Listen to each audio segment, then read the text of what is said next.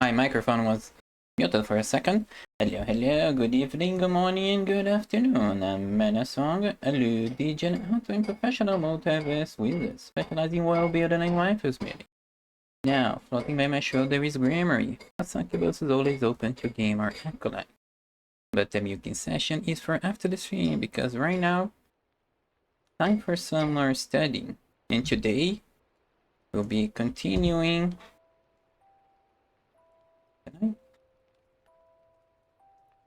Hold up 1 second. Today we'll be continuing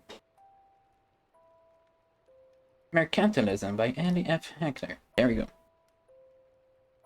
Let me just adjust things a little bit.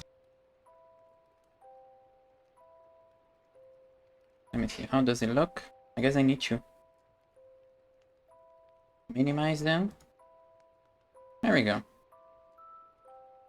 What's that hammering? That's my neighbor. My neighbor who did not let me sleep today. So I am a bit sleep deprived, you could say. I am a bit sleep deprived, so we're gonna have some fun. He's been doing this for like past week, I guess, working on the house. So fun times for me. Anyway, let me switch things up a little bit because I need to put those headsets. Sleep with the neighbor. I would rather not. No cat. Because my neighbors are ugly as fuck. And not nice people. Thank you for redeeming the first pencil.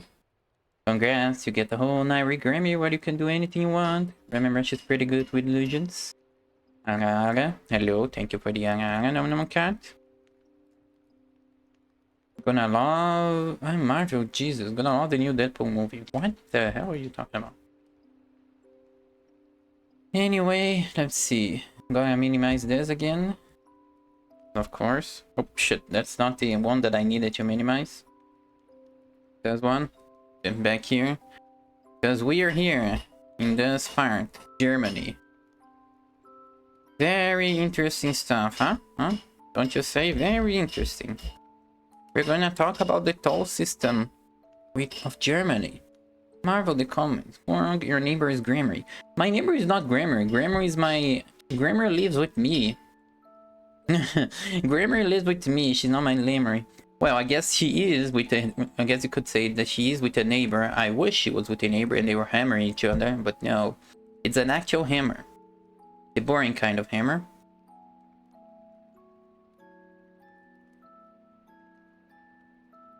The boring kind of hammer. That's killing my mood. God. Oh, hang on. Deadpool and Ryan says I'm Marvel Jesus in the trailer. Oh, it's been a while since I've watched anything Marvel, really. Tape, comics, movies, and books. They are boring as hell. Lately to me. I get way too tired of the... Oh no, I should do this.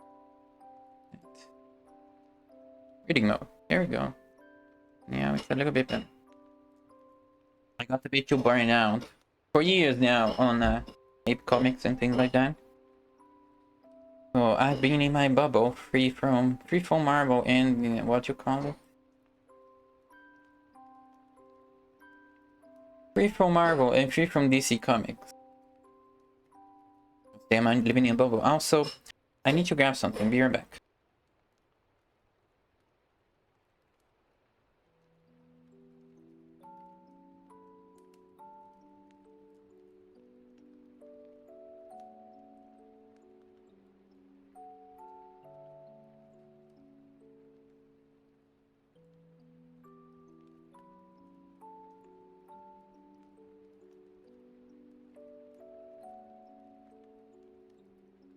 That's interesting because the new part, like the multiverse part, is amazing. DC is amazing as well. Yeah, it's just that comics has too much of a predictable and how do you call it? Not just predictable. It's just not innovating. So you see once, you see them all. You've seen them all. Really. It's just I've never been too much of a comics person, so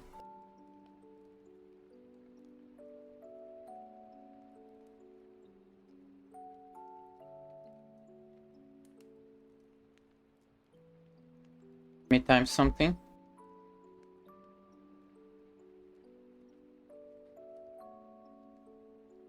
No, the new part looked very seasons too predictable. Still, it's comics. It's comics. It's bread and butter. Still bread and butter. Honestly. Give that time. Don't think I will. No, can't. I don't think I will. Very unlikely. Because there's always the same atmosphere, at least. See, it doesn't really change or evolve. Anyway.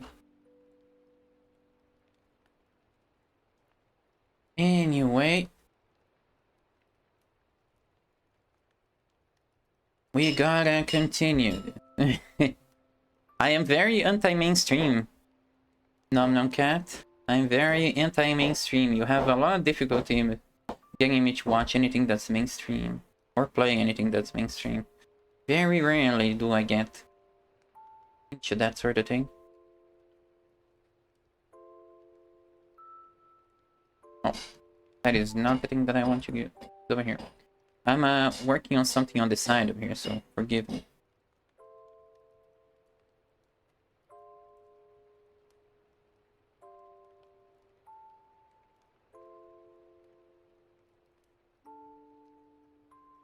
Yeah, today's gonna be a very distracted day. Ah, God, dying already. I took some I should have taken coffee later. Freying is anime, I would recommend. Yeah, it's also another. I've seen a lot of Freying. Freying. But only on hentai. I have too many things. I have too many things to do, so I only do watch media. Very limited.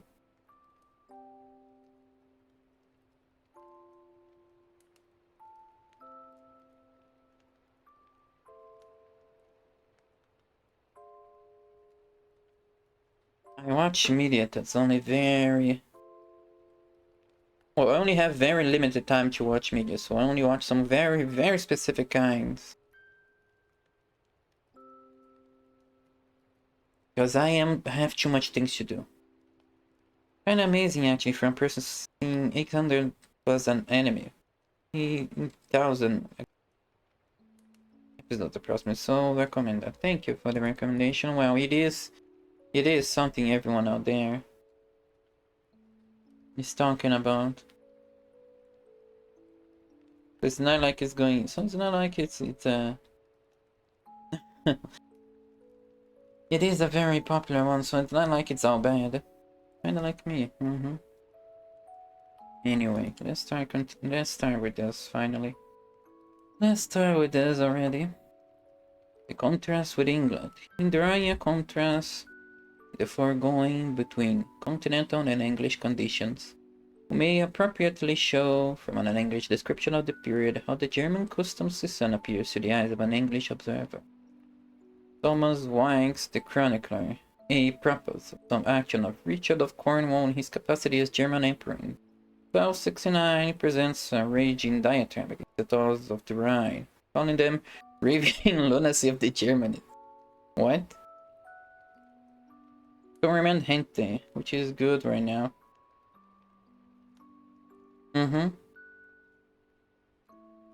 Hentai? You mean hentai or hentai? I do have way too much hentai. Though, I am set in that front. Thomas Wike shows some originals. Presents a raging diatribe against the laws of the Rhine, calling them a raving lunacy. Supported by impregnable fortresses on the Rhine, the lunacy, was intolerable to all peaceable persons, and so eager was it to demand payments or to oppress honest folk that it did not stop at any kind of crime. Any boat which carried food or goods of any sort on this river was forced by these cast, unless it could avoid them, to cast anchor.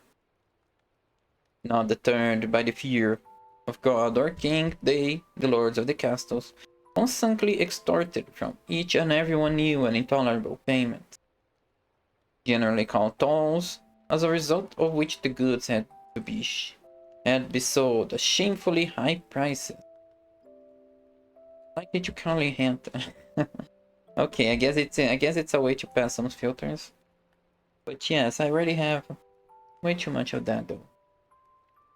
Way too much. On that front, I am a connoisseur myself. Can't be said that I'm lacking. You ever read the hentai manhwa? There's some amazing stories. Yep, there are. I don't have too much time. I have a few that I enjoy, like Brave New World, I guess is the translated name. There are a few that are nice, but as with I don't have a time to actually read too deeply into them. Most of them I appreciate for the art. There is a lot of good art on there. It has its peculiar style of manhwas, of lewd manhwas. Beyonce is my favorite story though. No, I don't recognize that one. You should read it if you wanna. Okay. Well, not exactly looking for new stories. As always, I'm too busy to look into new stuff right now. So I stop at the simpler manga. Simpler short ones. It's amazing crime art, like crazy art,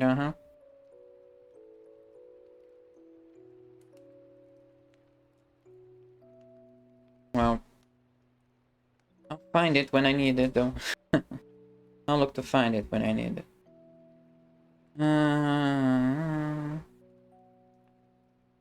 Any board, sword, or riddle? I was the constantly exhorted from each and every new and tall. This is an interesting quote. Let's add it.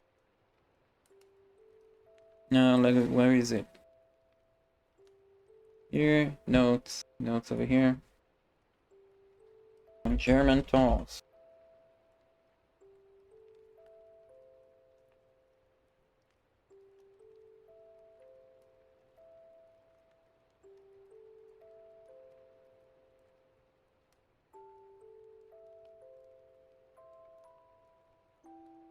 My kingdom, just remember it. You're down, it's my kingdom. I think I remember this name. I most likely have already glanced upon it. These are the ones that I try to keep a little bit. These are the ones that I try to keep a little bit updated. Anyway. In Germany itself, complaints against unfair tolls were hardly less bitter, and a more detailed description will show how fully they were justified.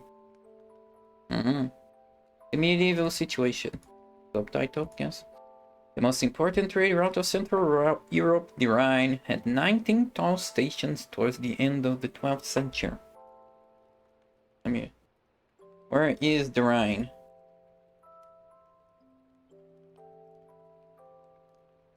River Rhine.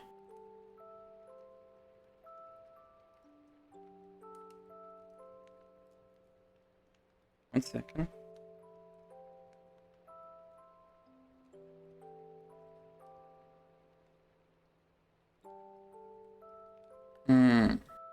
It crosses Germany, Belgium, Netherlands. Wait. Okay. This is Germany. This is Netherlands, Belgium. Do these two touch each other? They touch each other. Also in France. Okay.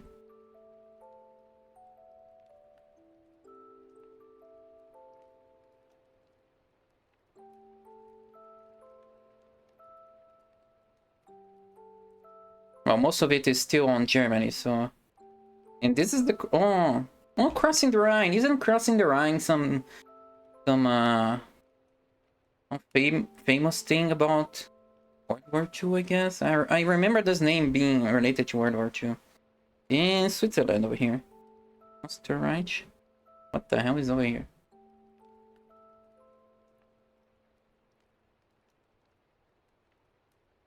Swiss, Franco-German, Rhineland, Netherlands, North Sea.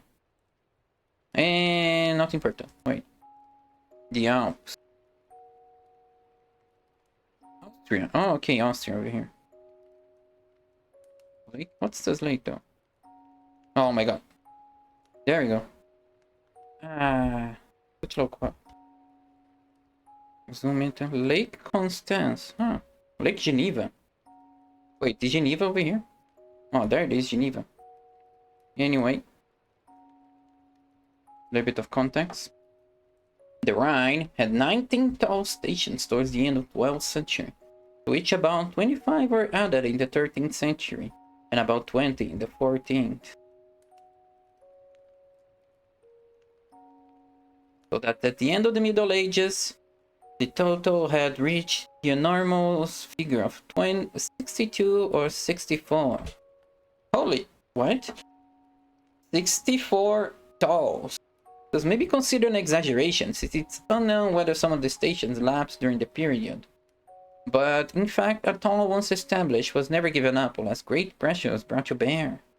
Besides, there is ample positive evidence in their great number. For example, Andreas Riff, a merchant of Basel,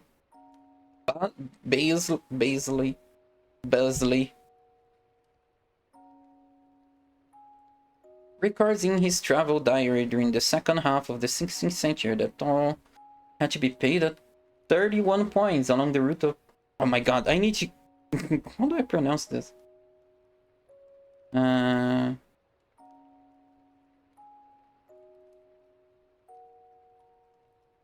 Where's my translate? There it is. Ball. Ball? What? Ball. That's not how you pronounce Did you... Not only did they eat the E, they ate the S even. English, what is wrong with you? Are you okay, English? Is everything alright with you? Why would you do that to yourself, English? Okay. 31 points along the route from Balls to Cologne alone. Roughly one for every 15 kilometers. The toll stations were no less frequent on the Middle and Lower Rhine than they were in the upper reaches, so the toll owners of the Middle Rhine are recorded as the worst offended. There are no lesser personages than two of the three ecclesiastical electors of the German Empire. Blah blah blah blah blah, especially later. Yeah. Archbishop of Mainz and the Archbishop of Cologne, especially the latter, was notorious for extorting.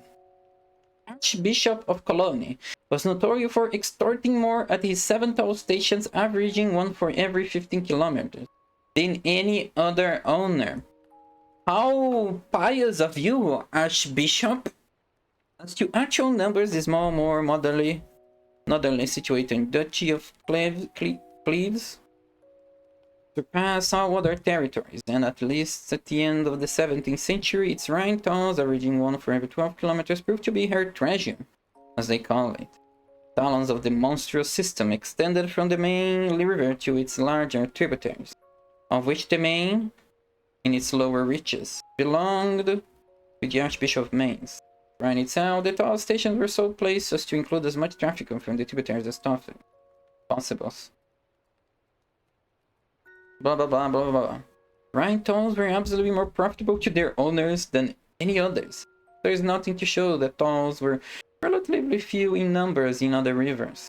The number of 77 tolls, although perhaps exaggerated, 77, Jesus Christ, recorded for Lower Austria in the middle of the 13th century. Most of them naturally on the Danube. An early date, Elb already had 35 and later obtained considerably more. The Western appears to have had a large numbers, blah blah blah blah blah blah.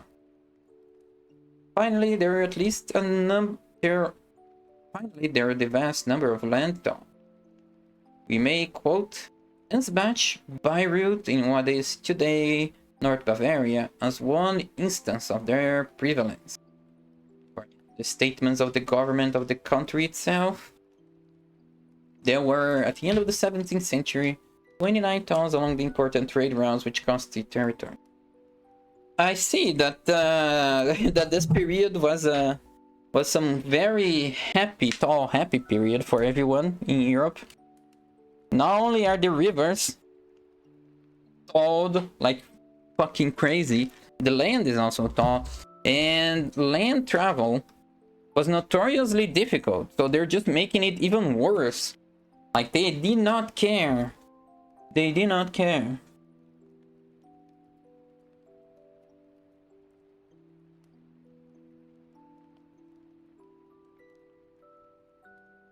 They did not care for the price of things. Well, for they didn't. How do you say this? They did not care for the health of merchants, because how much the goods are gonna cost if you keep stalling them like that, like crazy like that? God. Lantau. Wait. According to the statements, finding there are a number of lantaus. You may quote Ansbach Beirut in what's today North Bavaria as one instance of their prevalence. According to the statement of the government, there were at the end of the 17th 29 towns along the important trade routes. Oh yeah, we're here. The land tolls were always relatively ineffective, since it was difficult to prevent traffic from crossing crossing around the toll stations, but was very fast brought into being one of the worst possible measures, the so-called compulsory route, which compelled trade along routes different from those which the merchants would have normally preferred to take. Okay. Yeah, because why would they not? Unlike roads, it's where it's extremely difficult to go off-road for modern vehicles. With the travel of the time, it would not actually be that bad, since the roads themselves were not. The roads themselves were not very well maintained. The clearest conception of the significance of this development may be obtained from an examination of the normal tourist strip along the Rhine between Mainz and Cologne. The number of castles whose ruins one admires were not employed in extracting tolls from the river traffic. Okay. This is actually interesting. Castles became places. They were fortifications, of course, so they also became places for you to extract tolls from. Few of the numerous.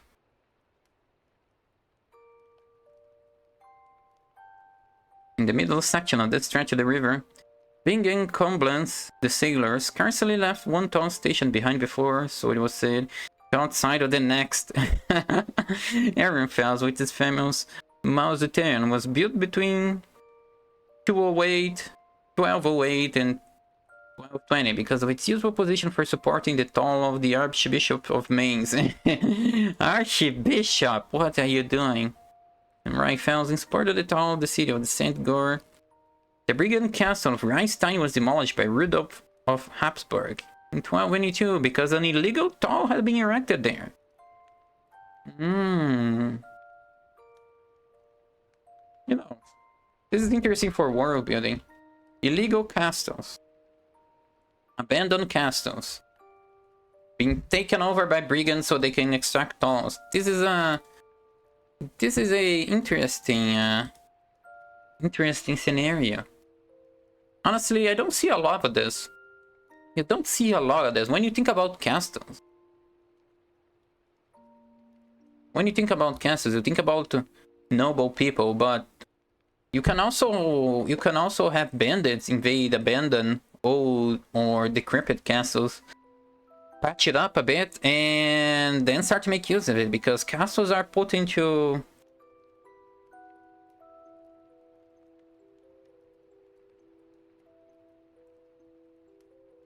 castles are put into strategic locations, so not only can they stop enemy armies, they can also be used to terrorize the merchants. And Stenberg, on the opposite side of the river Bopar, was similarly treated for the same reason in 2049, and her toll was said to have been held in check by Marksburg and drawback. It was established in 1252 and still had a toll as late as 1545. Valkenburg was attacked in 1252 because it was used in support of an illegal toll, blah blah blah. It was rebuilt and so on. The feelings of the merchants who had to run the gauntlet of these 2 rows of well-fortified toll stations may well be imagined a grievous annoyance and extortion of good. Well, the extortion part is very justified. That's literally what they're doing, extorting them. Reef calls it, but they naturally recoup themselves in the long run. Whoa. But they naturally recoup themselves in the long run. How is that actually possible, though? In the last instance, it was the material part of this civilization which suffered most from these oppressions.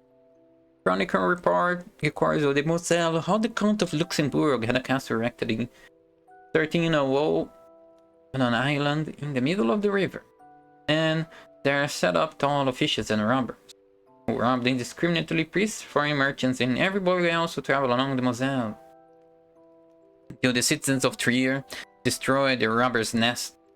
As for the land tolls, it will suffice to mention an official Brandenburg description of the year 1509, according to which merchants were held up at all points along the road to Brandenburg enclave, Cottbus and blah blah blah, and were compelled to journey to Leipzig, Dresden, Briscoe, and various other cities, merely in order that they should be forced to pay tolls. Multiplicity of toll stations was not the only trouble. Their administration was the cause of even greater robbery and theft.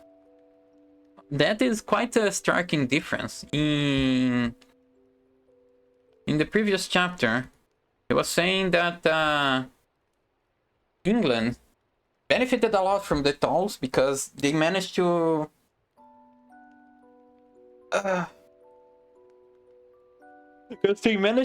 include the use of the tolls as sort of taxes and channel that money into something a bit more into local use. So it sounds like things were very organized for the British at the time, but over here in Germany, tolls, the multiplicity of tolls was not the only trouble. Tolls were actually used as a way to just rob people.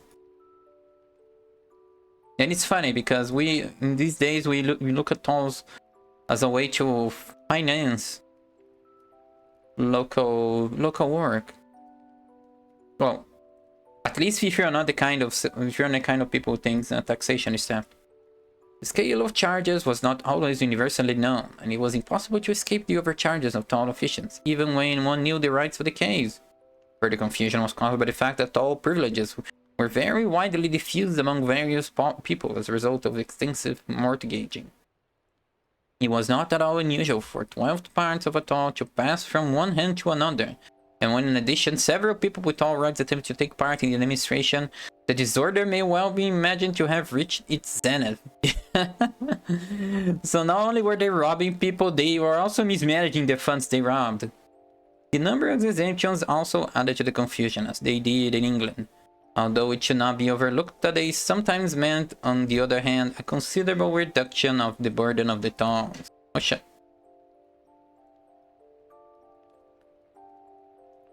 That they sometimes meant a considerable reduction of the burden of the tolls. Wait, what? Oh, okay, exemption. Another yawn for the count. Let's see. The scale of charges. How do I? This whole part is important. Honestly, well, whatever. Just get a big quote, copy it, and paste here. Why not? It is an important part that gives a summarized view Or the situation in Germany, at least. In the museum? No, I already read this one. The devastating effect of the tolls on river trade may perhaps be inferred from the fact that traffic was driven away from the best trade routes in Europe and forced on the unsatisfactory land routes. For to this fact are particularly numbers concerning the Rhine territory of the Archbishop of Cologne. And to counteract the development, the Rhine princes united in 4008 to introduce so-called protective tolls on land, of the same height as those on the river. But even after they had done so, it was still said to be cheaper to travel by the longer land road across the Hunsrück rather than a straight line down the Moselle into the Rhine and up the Lahn on the other side of the Rhine. Jesus Christ! What have you done? What have they done that they made river trade more expensive than land trade? Land trade is notoriously bad. This is why most empires have good access to the sea. Because sea travel is so much faster. Especially traveling along the coast. So for them to actually make river travel bad, they did some amazingly disgusting things. They definitely made some amazingly disgusting things.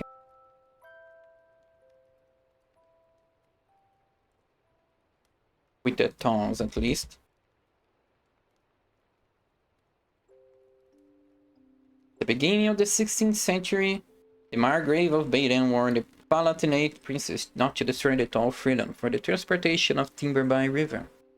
To the had hitherto enjoyed. The same would happen to it as had happened with Alsatian wine, which according to his probably exaggerated account, could not use the Rhine at all. Same development occurred on the Lower Rhine and towards the end of the 15th century. We find goods making long detours by land via Munster in Westphalia, down to the Venter. Munster.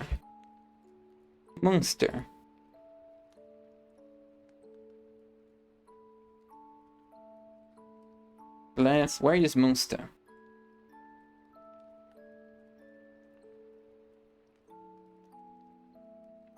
Oops. I fucking hate this. Munster, isn't there? Where's the Rhine over here? Fuck, why is it gone now? Munster is over here. Where's the Rhine now?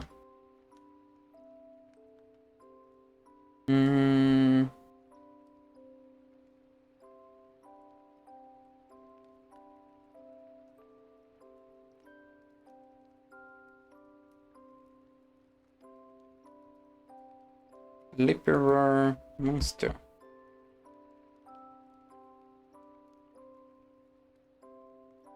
North Rhine-Westphalia. Oh, okay. This is the Rhine. Yeah, fucking Munster is... Okay, Munster is over here. Munster is over here, actually. In this little part. And I'm not showing it because the PDF is on the way. Munster is over here. They make a detour. Instead of taking the Rhine, they go through here. Avoiding all of these rivers just so just so he can take the goods down. Just imagine that. Instead of going in a straight line, they just go here. And what was the other one? Munster down to the Venter.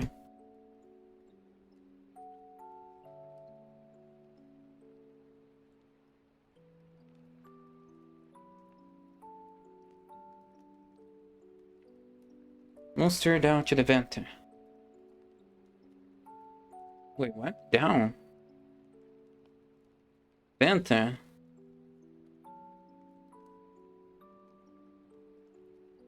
He's on the Netherlands, huh?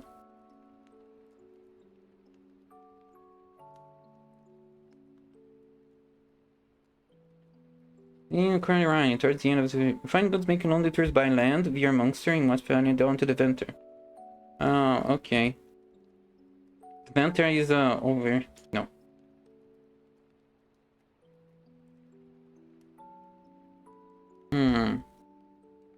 Is there a river on the Venter? There is a river.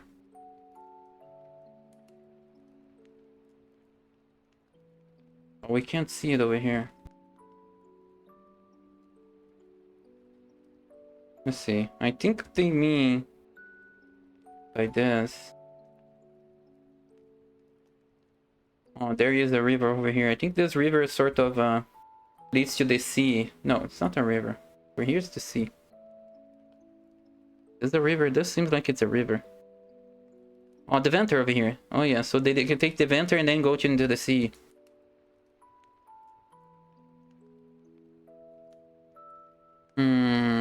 So they go over here and then take the detour over here. Where is Netherlands again? No, Netherlands is above actually. Netherlands is here. It's here. They take a detour over here and then over here so that they can go into the sea. I guess. I think that's what they meant. Instead of taking the river up, they go way around it. Go over here and then over here. Somehow. Although it is true that the compulsory staple had a large share in determining the latter. The full significance of the fact that goods made these detours by land, especially... Wait, I lost myself. Especially when the land routes, as in the instances given, were more roundabout, can only be appreciated if you remember how infinitely more convenient it was under medieval conditions to send goods by river. Yeah, exactly. The goods made these detours by land, especially when the land routes were more roundabout, can only be appreciated if you remember how infinitely more convenient it was under medieval conditions to send goods by river. The things were so bad that they send goods by river.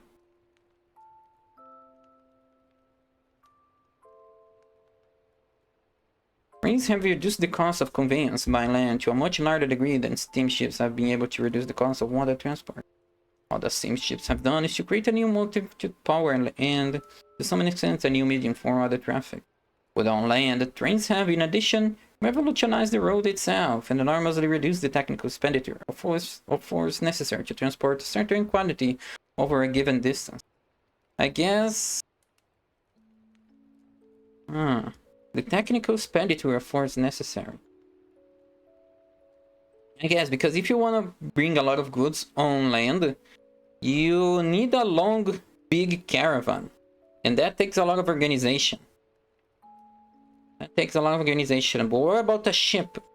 A ship is more self-contained. You can have a fleet of ships, okay, of course.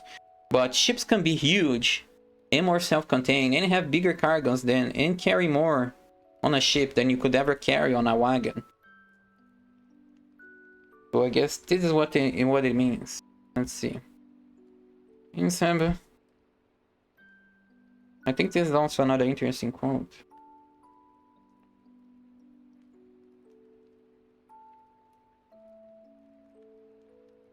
Nevertheless, in spite of the great developments making land routes more favorable to trade in comparison with their condition in earlier times, river traffic in Central Europe to present day is still capable of competing fairly well with the railway. The following extreme cases date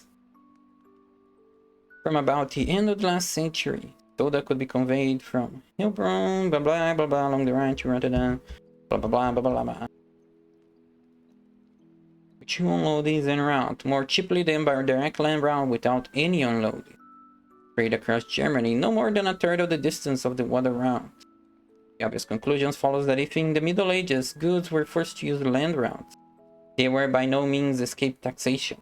The effect of the river tolls must have been terrific. It is even more convincing proof than the innumerable complaints. Public measures. To what extent us now ask, did public bodies exert themselves to master the confusion? In what extent were their efforts attended? Considerations of this kind are far too rarely discussed owing to the preponderance of legal and particularly constitutional history as distinct from economic history. And you must be beware of drawing conclusions of an economic nature from the abundant information concerning the capacity of the organs of the state to vindicate their formal rights. The breakup of the German Empire continued steadily without interruption. For this reason, we must examine in proper sequence the separate state authority which competed for the existing power, or at least attempted to exploit the power for their own ends. Let's first consider the normally highest power. So yeah.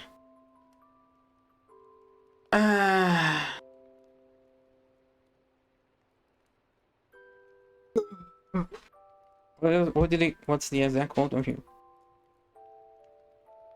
The ancients are far too rarely discussed, only the preponderance of legal and particularly constitutional history. Wait, what is preponderance? Let me confirm that I understand what this word means.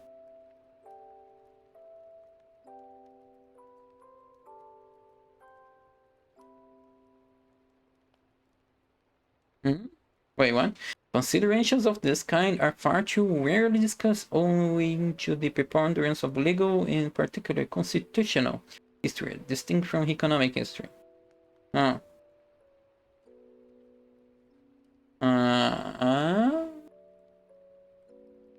Well, this is a very abstract passage.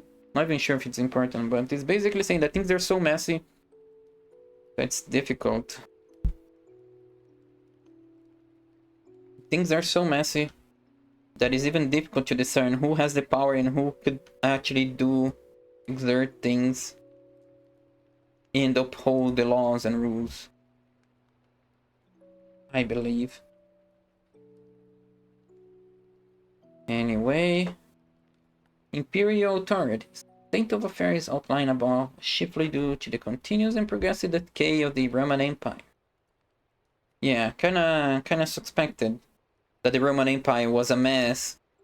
If if there was like an abundance of robbery through the toll system and things like that, I do believe that is a very good sign of a messy administration, of a messy nation that's falling apart.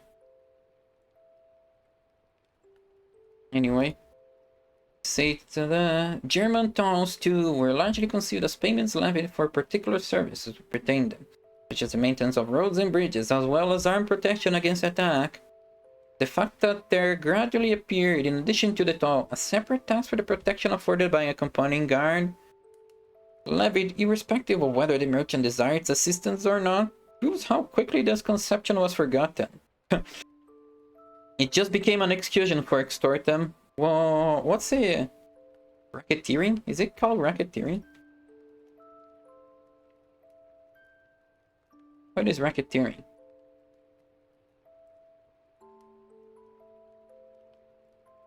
Type of organized crime in which a person set up a coercive, fraudulent, extortionary, or otherwise illegally coordinated scheme or operation to repeatedly or consistently collect a profit. Generally, it means coercive or fraudulent business practice. Broadly, it can mean any criminal organization with ongoing profit. Well, I thought those would be like the exact word, but no, it's just extortion. It just became extortion with the excuse of being quote-unquote protection service. And the new tax slowly and inevitably went the same way as the old and became merely a burden without any service in return. The new tax, this is a bit of an important. Well, I'm gonna need to give it context. German tolls.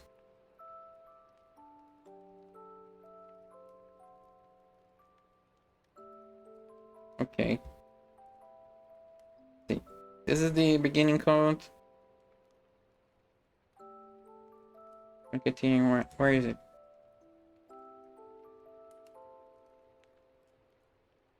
Can you put this here to make sure that new tax service in return? In such encroachments on the commercial and social life of the country, feudalism manifested itself as a practical reality, in contrast to its legal form. Wait, I forgot to mark it. I like this. I guess this is also another interesting quote. It's obvious that legally tolls originated as royal privileges and not part of the royal prerogative, and they never lost this character. But the practical outcome of this was limited essentially to the fact that the emperor could, if you wish, farm out or mortgage the towns in exchange for ready money or political services. This is another interesting quote. Okay, copy this.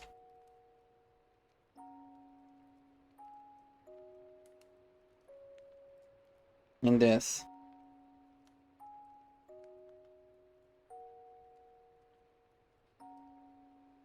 Later, especially from the beginning of the 13th century onwards, oh Jesus, this is a huge part, when the widely scattered public privileges gradually grouped themselves around new centers of power, namely the local spiritual and temporal princes, prerogative of the towns became an important ingredient in the authority of the new landed sovereign, which constituted the territorial power.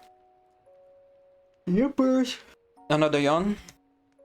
The emperors had to undertake by means of general privileges, not to exercise their right of disposal over the towns of the elite within the prince's territory, or to prevent any towns other than those belonging to the princes from being imposed. The well-known charters of the Hohenstaufen Emperor Friedrich II were particularly responsible for this development. Similarly, towards the end of the Middle Ages, the imperial cities also obtained control over their own towns. For all practical purpose, the emperor's power was really confined to the fact that the new towns could not be imposed, nor ought no one's increase, without his consent.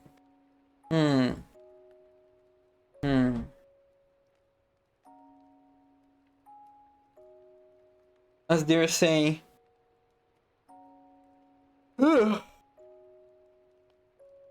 because they had such free reign to create these stalls, to enforce them at their will, to extort people from so much money. Basically, it was returning to the feudalism ways, where every person had their own little world. Every territory was their own little separate feud, with its separate laws, with its separate culture, with its separate enforcement. So it was as the book has called it later, what was the exact word? A dissolving of the empire, a dissolving of the nation, breaking up into smaller pieces that are autonomous and do their own things. And that's basically the contrary of what progresses was seen as at the time, or at least how we see progress, how progress was supposed to look like at the time. We already read this. What could be done according to law and what occurred in practice were two distinct matters. The legal development was by no means as important as the continuous diffusion of new illegal tolls and increasing toll charges, which are nonetheless oppressive on account of their illegal nature. Okay, we're gonna get ads in 3 minutes. Actually, I could just run ads now. Honestly, I need a little break. To do one quick thing. The current law and market practice were two distinct matters, and legal development was no means as important.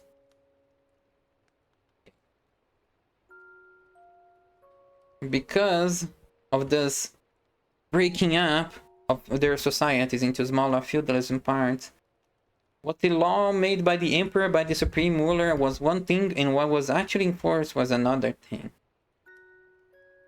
Which is not surprising, considering they're basically doing whatever they wanted, with little oversight.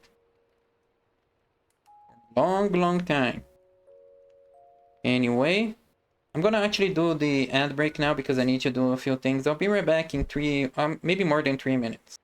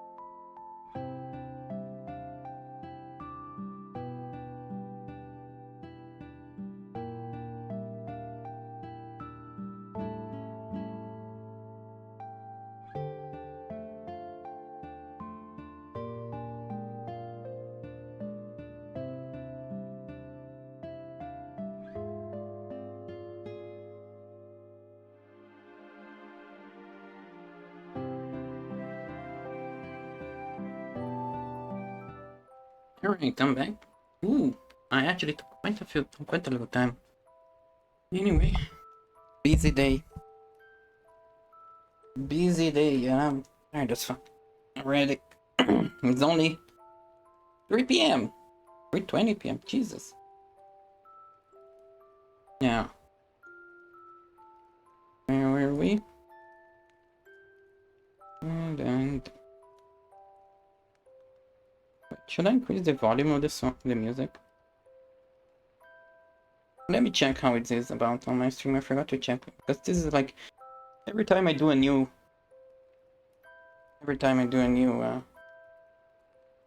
soundtrack, I need to check if the volume is good.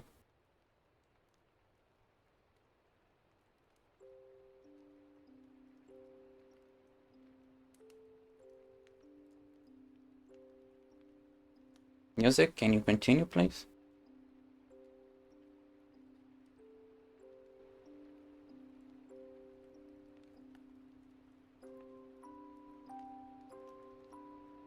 How about like this?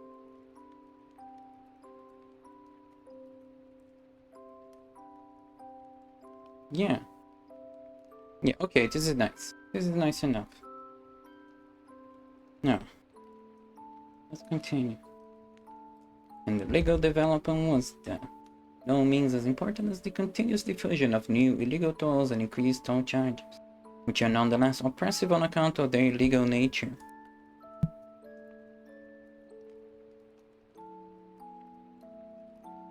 Here back. From Frederick Barbarossa onward, one emperor after another endeavored to eradicate illegal toll, but not one met with more than a transient success. The chronicler quoted at the beginning of the description of German conditions certainly retails how, to the great and unfeigned joy of all Germany, his lord abolished all the Rhine tolls with only 2 exceptions.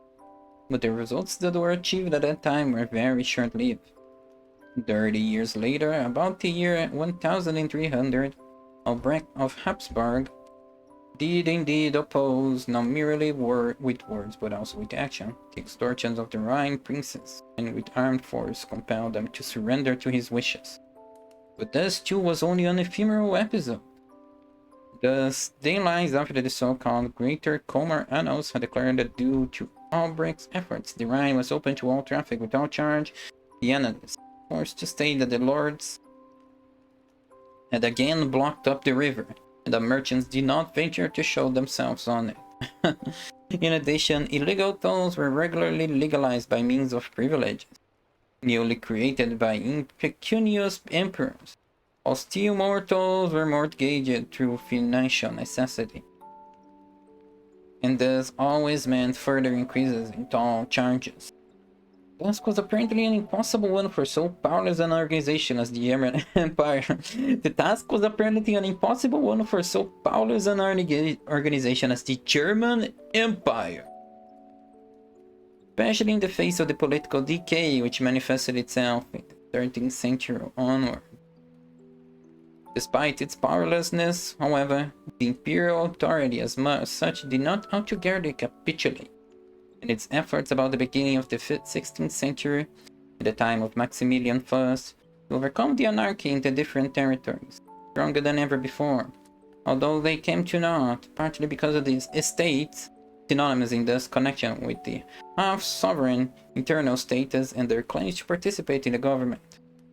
A solution with a dual basis of this nature might have been conceivable, thus between 1521 and 1522, quite a drastic proposal was put forward for a general system of tolls at the frontier for the sake of the empire as a whole.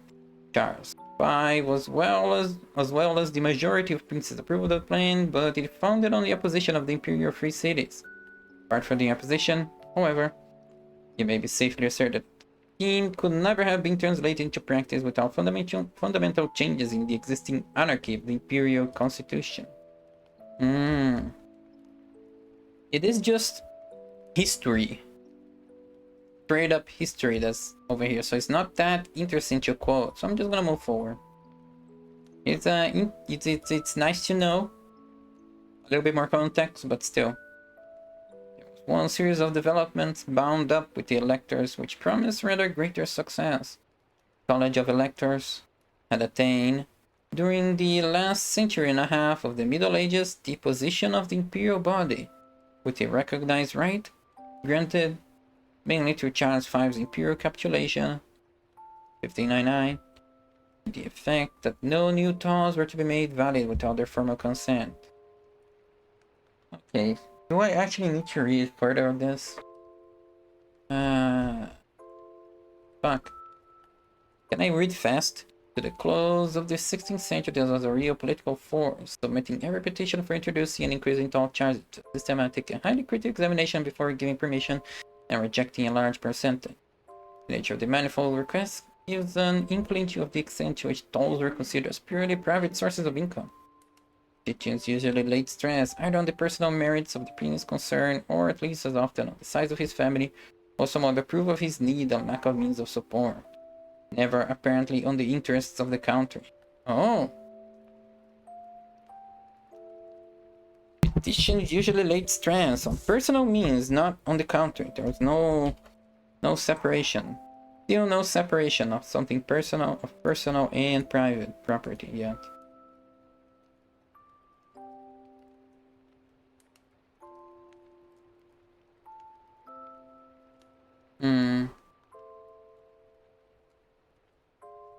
Actually, let me add a little bit more at the top of the quote. There we go. At least we have a little bit more context. Hence, George, Count of the Palatinate at Valdense, who was one of the most obstinate petitioners, for example, wrote in 1579, describing what effects a rejection would have, ending up with, God have mercy and help us and our 6 poor educated children, our wife with her heavy belly, big with child. Thus, as the prevailing conception, the possibility of introducing reforms was quite small, and the weakness which the electors showed at the outset could affect very little. Certainly, new town stations did not grow in very large numbers, but the reason, as somebody has correctly asserted, was that there was hardly room for any more. They did not grow because of the system, they grow because there was no room for more. Increases in the established toll dues were nevertheless extensively made, and the poor opportunities of opposing them that existed in the anarchical state of the empire were still further diminished by the fact that the emperor was seldom in sympathy with the strictness of the electors. He himself disobeyed them and never replied to their subsequent remonstrances, and all manner of people, both great and small, followed suit, especially the strongest known electoral power of Bavaria. So,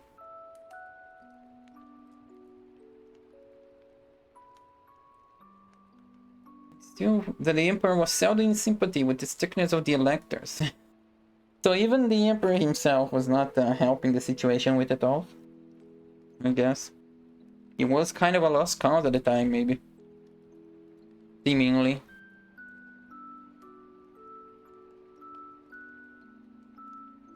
He himself disobeyed them. Okay. Both great and small followed suit, especially the stronger than electoral power of Bavaria. And after the 30 Years' War, the electors themselves systematically threw all scruples overboard. Saxony, for example, doubled its toll charges in 1628 without authorization, and Brandenburg did likewise in 1632, and in fact, in many cases, they increased the dues 3- and 4-fold, although it must be admitted that the fall in the value of money no doubt played a large part in this development. For the rest, the electors soon discovered a method whereby they could, without inconvenience to themselves, allow other princes to introduce or raise tolls. The princes wished to sign an undertaking which provided that the new privilege should not be exercised against the subjects of the electors. And thus typical misuse of public rights soon became an invariable rule which appreciably cooled the electors' ardor in their struggle with the total confusion. Even when they create an organization to deal with the mess, it still just goes into decay soon after. The course of events outlined above, together with the chaos brought by the 30 Years' Wars, rendered the imperial bodies largely ineffective.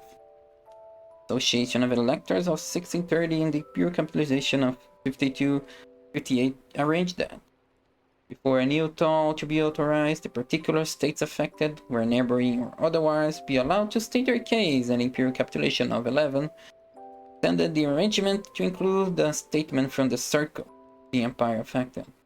But it was all of little avail. After the Peace of Westphalia, which was still further strengthened the independence of the imperial vassals, although the old regulations and injunctions did not cease to be valid, they were, even more than hitherto, simply a temptation for an endless output of absurd and nameless tomes.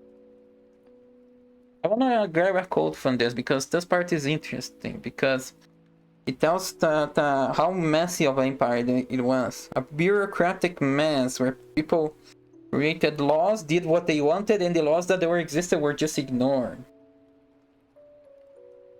The laws that existed were just ignored.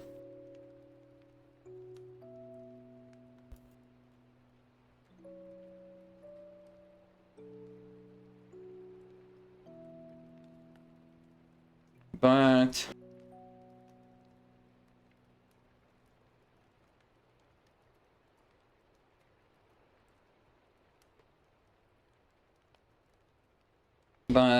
how do I actually grab a quote from this that explains this?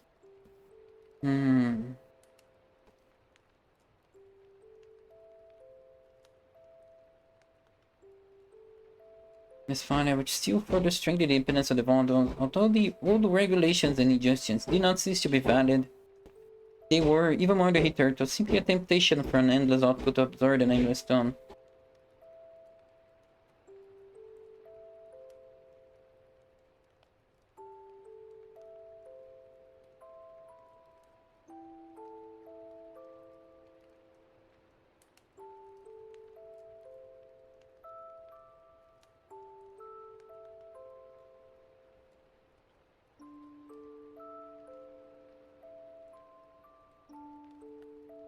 This one is an interesting quote.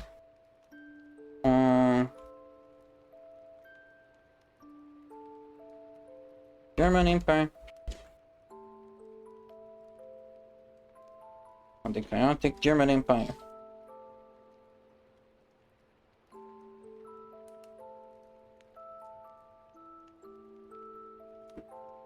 Recent events, together with the chaos about them.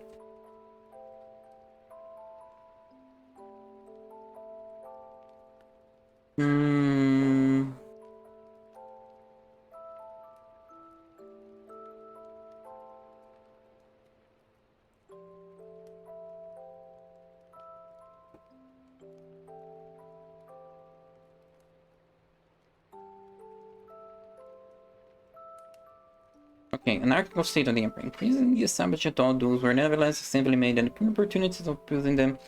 I could say referring that the emperor himself was fucking with the tolls. This one is funny.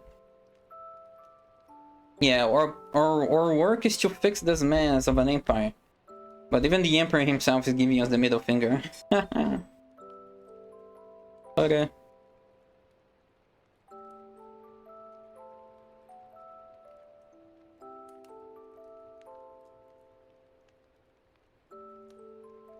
Himself and never applied to the subsequent versions. Really follow suit.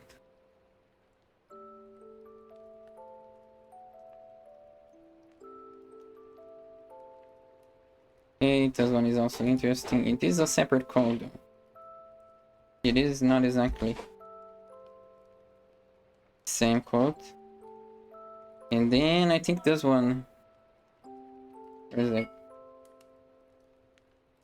And after the third, they just said fuck it. They just said fuck it. We don't care anymore. Nobody cares, so we don't. So we also don't care. Yeah.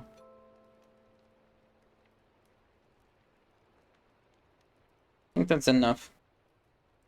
Even in the private action, even in the Middle Ages, people sometimes sought to achieve their purpose without the aid of the usual central authority. An attempt to find support in the Pope at the beginning of the 14th century is interesting only as a matter of curiosity, but the agreements made by those chiefly affected from the middle of the 13th century onwards are not altogether insignificant. In these so-called unions for the peace of the land, of some importance, particularly among the Rhine, where cities predominated. But the territorial princes also cooperated. They achieved some short-lived results by means of special police ships and by spoliating and destroying the robber centers. Unfortunately, they knew of no other means of defraying their expenses than by raising new tolls, and so we find a whole series of peace tolls set up as a result of the measures to check the toll confusion. Negotiations between town owners along all the big rivers dragged on from the beginning of the Middle Century throughout the following centuries. Holy shit! Without, as a rule, accomplish more than the various shadow of anything definite. Holy shit! Now that is some statement. Hello, Sentai. How you doing? Welcome to boring book reading. It is learning. We are learning, but at a cost.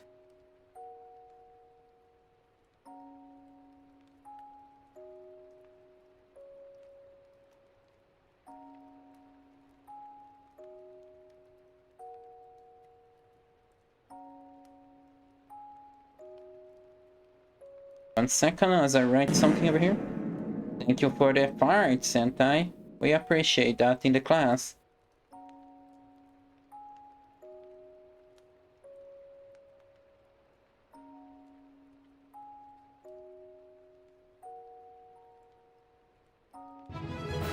Oh shit!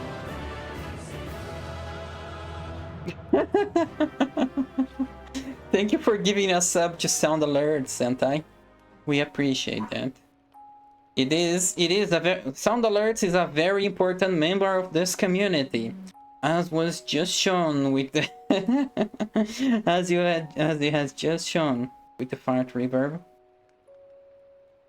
Anyway, I kind of wanted to quote this part. The so-called unions for peace of the land were some important. Unions for the peace of the land. It's an interesting thing. It's an interesting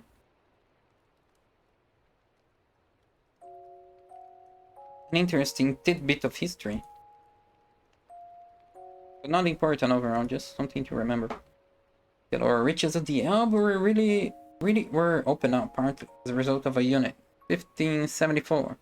But even in the 18th century, conditions there were found to have deteriorated. Private attempts at self-help thus arrived at no greater success than the action of the imperial bodies. The territorial states. The territorial states, the new forms of society which grew up on the ruins of a consolidated empire, were the last remaining resort.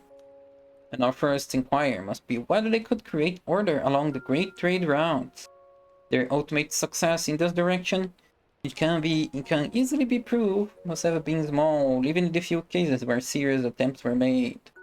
Or built up, as they were on the basis of feudal disintegration, these states were confined in extent and political power, and possessed very limited possibilities of exercising anything like the widespread influence necessary to reform the German toll system as a whole. They consisted, with few exceptions, of widely scattered fragments, torn apart from one another, and inset with similar enclaves of other states. A glance at an ordinary historical map showing the partition of Germany before the Great Unification movement at the beginning of the 19th century amply proves what little unifying work could be expected from the territorial states of the time. Okay. Germany... 18th century. Let's search for Germany 18th century. Let's take a look at how it was, actually. 18th century. Oh yeah. Oh yeah, this is a mess. Holy German Empire. Look at this mess. Look at this mess. What's the age over here? Map the Carolingian Empire. Holy Roman Empire between 1972 and 1032. No. The Hohenstaufen ruled Holy Roman Empire in the Kingdom of Sicily. Imperial and directly held Hohenstaufen lands in the Empire, showing bright yellow. Okay, Hoffen's. Oh, this is 10th century. We're about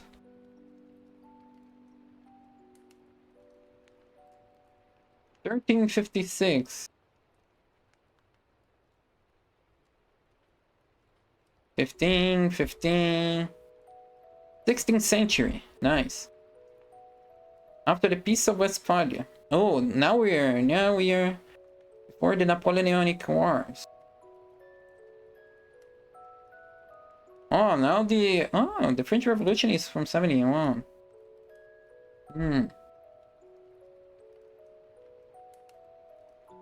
What was the final dissolution?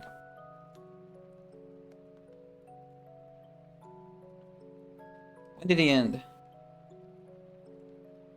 Example, the states of formally mediatized. What the fuck is this?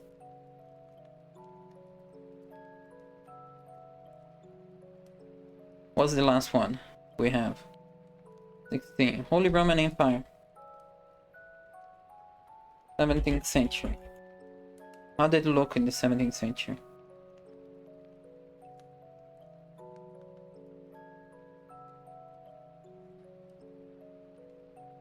Dissolution of the Holy Roman Empire. Give me a map. Oh, 17th century. Even on the 17th century, look at what electorate of Bavaria, electorate, Kingdom of Bohemia,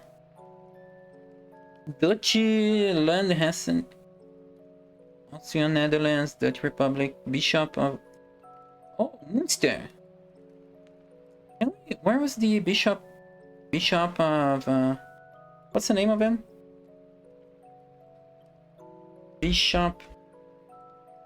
Archbishop of Magdeburg. No, not Magdeburg. Cologne, Mainz.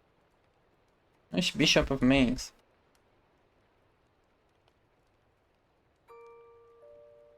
Elector of Mainz. 7 Prince Electors. Electorate of Mainz.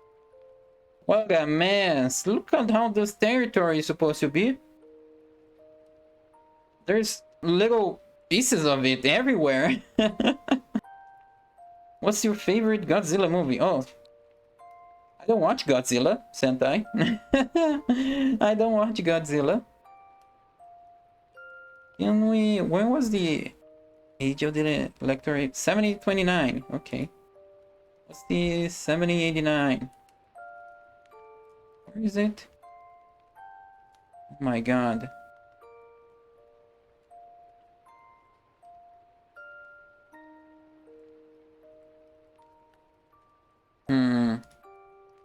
I can't find the shit. Mainz. Munster. Where's Mainz? Where the fuck would Mainz be? Brandenburg, Wisburg. Historic of Munsters. Electorate of Hanover. Electorate of Brandenburg. Should get G-1 when it comes out on DVD. Just won an Oscar. Okay, thank you for the thank you for the advertising. Sentai. I need... Well, it's been a while since I've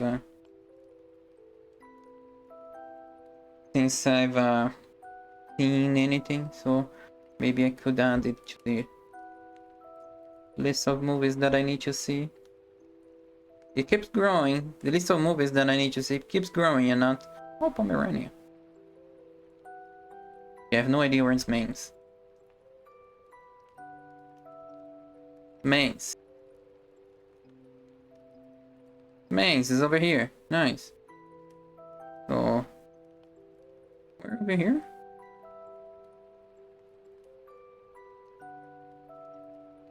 This... Maybe over here? Holy fuck. Where's Switzerland? Switzerland is here.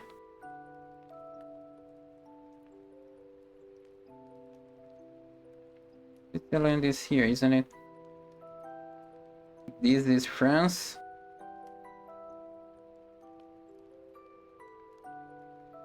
Kingdom of France.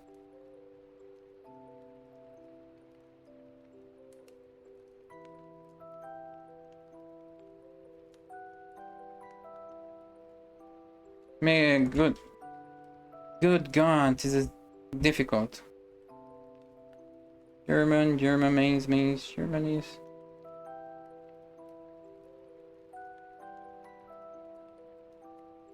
Where can you... Germany, there we go.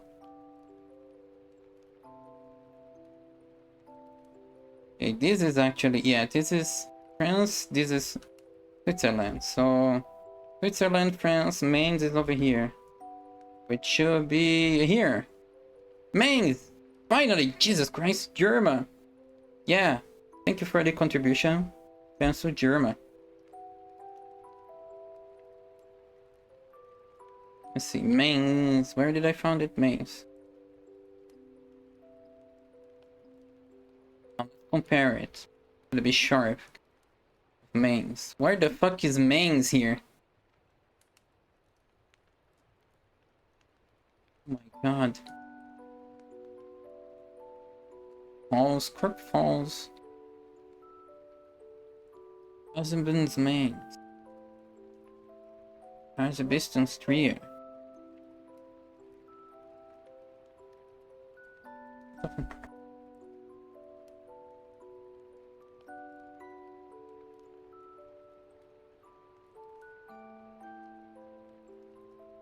One second.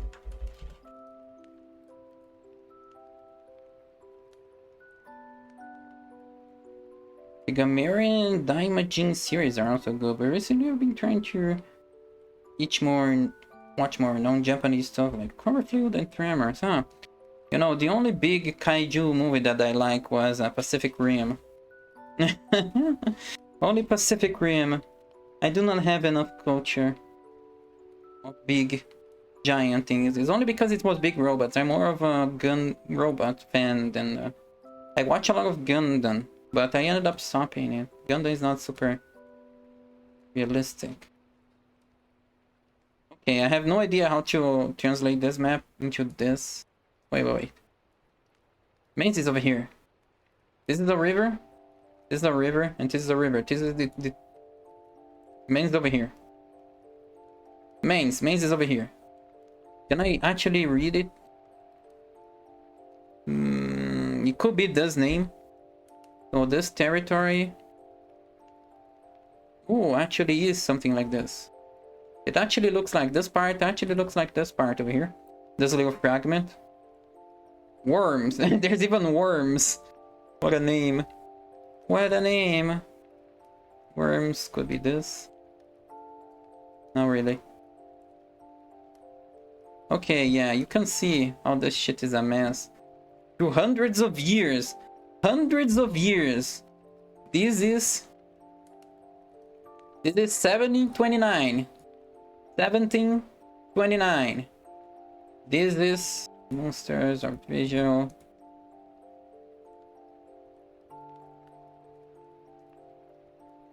When was this? This is the beginning. Fuck. 1720? No, 1789.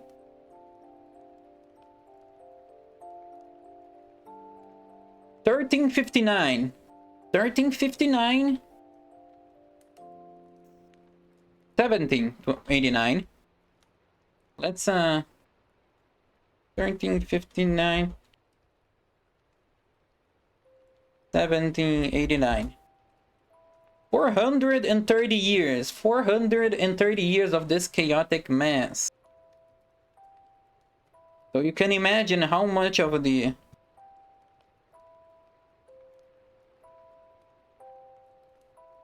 robots are cool.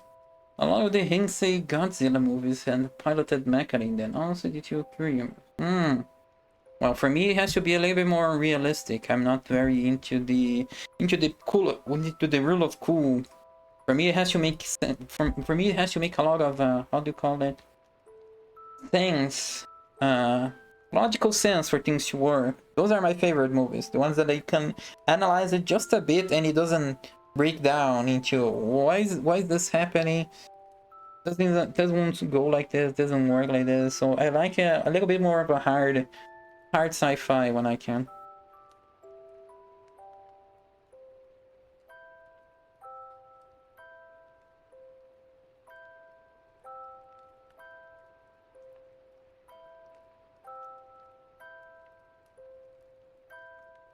Second, just typing.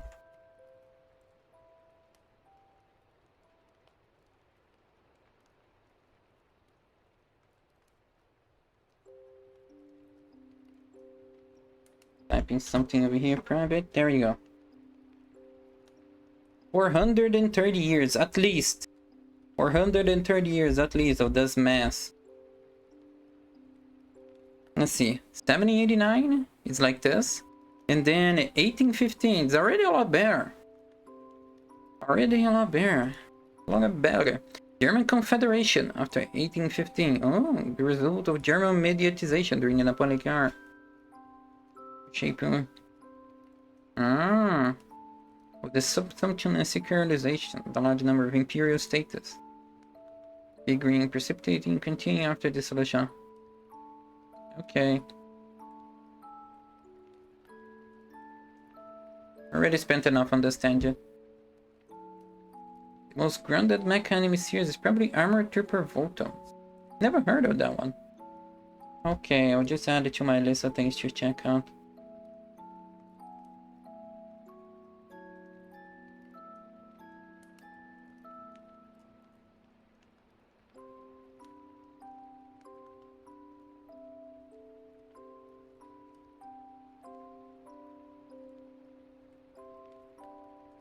Watch favorites.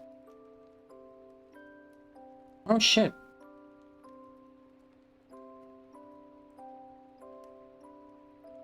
Okay. This is it. Let me just do something over here. I need to abandon this. Special rate reading streams. No. Okay. No, that's not it. Wait, I just need to check something over here. Oh.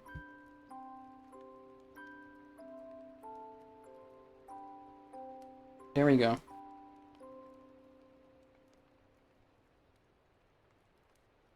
Yeah.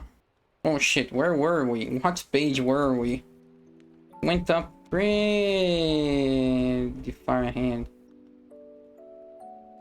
Okay, I think it was near that last quote. Over here. Where were we even? Why did I even go into this tangent about the Roman Empire? Kinda forgot. Damn.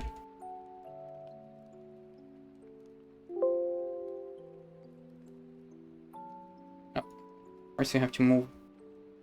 Territorial states. Task can be as approved, must have been small, but if you can. Well, I think I need to reread this because I forgot everything that we just read. The territorial states, the new forms of society which grew up on the ruins of consolidated empire, were the last remaining resort, and our first inquiry must be whether they could create order along the great trade routes. Their ultimate success in this direction can be easily proved. Must have been small, even in the few cases where serious attempts were made.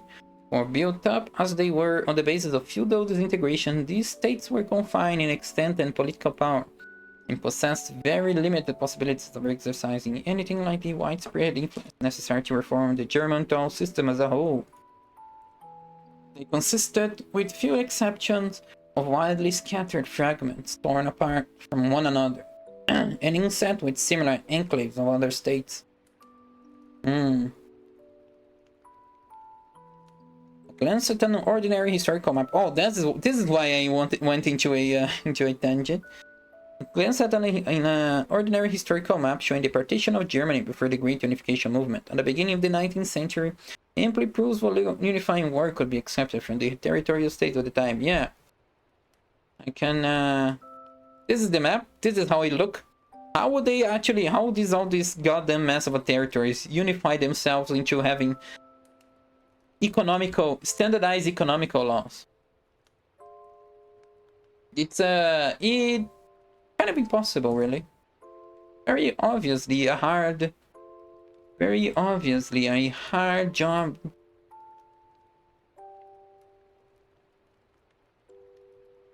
There might nevertheless have been a different shaping of events if the larger and more powerful states had deployed their superior position to compel their numerous neighbors of the smallest size, petty principalities and cities, to obey the imperial regulations which, on paper, held good for all the estate.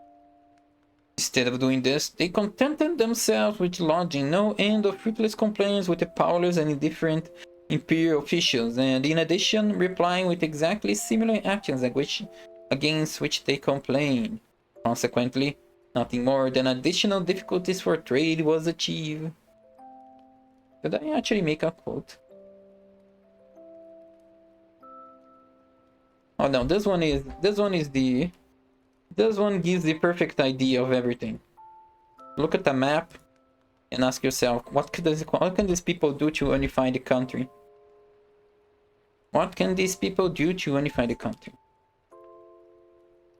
Now, to give only one example, in the year 1705, Wolfport Jew of Anhalt took upon himself, without any legal authorization, to increase the towns of the little principality fourfold, to the great injury of such comparatively mighty neighbors as Saxony, Prussia, and Hanover, later Hanover, England. When the latter protested, the Prince of Anhalt replied brutally and forcibly. The change remained in force for 42 years. The reason for the complaisance on the part of the more powerful is undoubtedly that all the princes recognized that it was in their common interest to respect their own sovereignty, and they preferred to suffer great inconveniences rather than take any action that which could be interpreted as an attack on the very order which guaranteed their existence. Oh, reason for the compliance. This one is a good quote. This one is a good quote. They're not gonna rock the boat. They are not gonna rock the boat because this bureaucratic mess benefited them too. This bureaucratic mess benefited them too, so they just decided to keep it. God damn it, I'm resizing the wrong place. Window, please, work with me. There we go. I accidentally moved my windows around.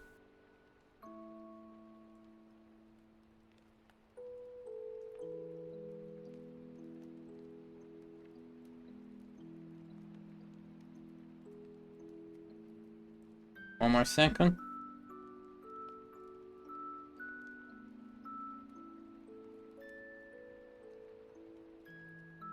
Bam, bam. Yeah. The sovereignty of every separate state was thus, I need to clear my throat, was thus a common foundation for all the territorial princes, including the most powerful. But the chances of effecting general reforms of any significance outside the province of a particular state were thus vitiated. We therefore find the trade routes, which were under the control of several masters, and these formed the majority, abandoned to everyone's will. The wars, in particular, were the cause of special war tolls, as they were called. Some of these belonged to Sweden in her capacity of a German state. They were an important item in the Swedish budget in the 17th century, and from the opposite point of view, they served to increase the confusion in our Germany. Sweden herself, in contrast to Germany, did not suffer from a disorganized toll system, but it never occurred to any Swedish statesman that this might be a reason for creating similar conditions in her German provinces. The idea was that Sweden must emulate all the other powers in drawing some profit from the ever-increasing economic chaos of the German Empire. War tolls first appeared about the year 1570 on the Rhine, but the new, really great disorder dated, as was to be expected, from the time of the 30 Years' War and did not cease at its conclusion. What's the 30 Years' War, though? 30 years war. We saw this mentioned a few times already. 30 years war. Was one of the longest and most destructive conflicts in European history, lasting from 1618 to 1648. Fought primarily in Central Europe, an estimated 4.5 to 8 million soldiers and civilians died as a result of battle, famine, or disease. For parts of modern Germany, reported population declines of over 50%. Ooh, wow! Leading conflicts of blah blah blah. It between the 16th century Reformation within the Holy Roman Empire. Catholic and Lutheran states, but over the next 50 years, the expansion of Protestantism beyond these boundaries destabilized the settlement. Okay. Habsburg, Spanish Empire, Bavarian Catholic, Bohemia, Sweden, Palatinate, Savoy, Pennsylvania.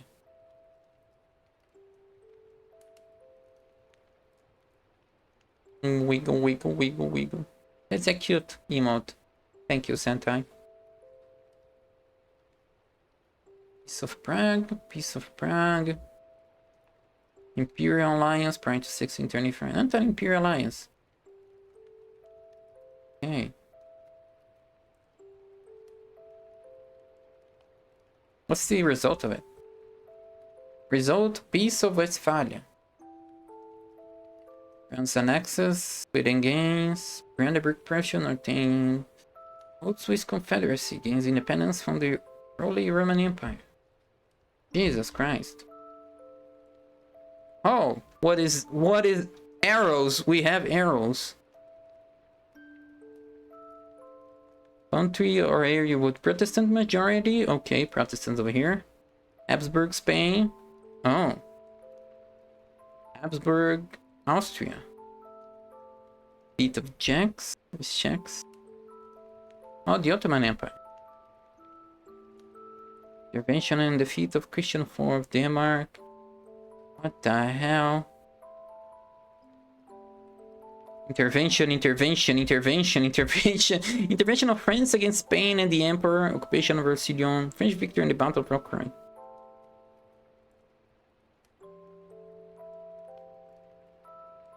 Wiggle, wiggle, wiggle, wiggle, wiggle.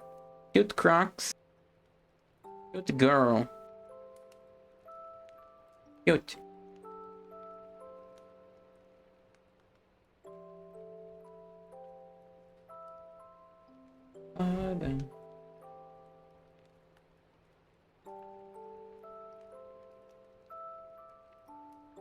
Oh shit. Okay, yeah, I understand everything.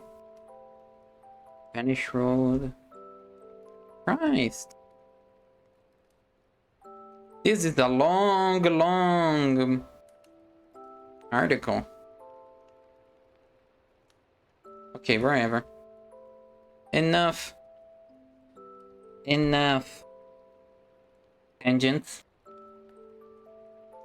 Where did we even start?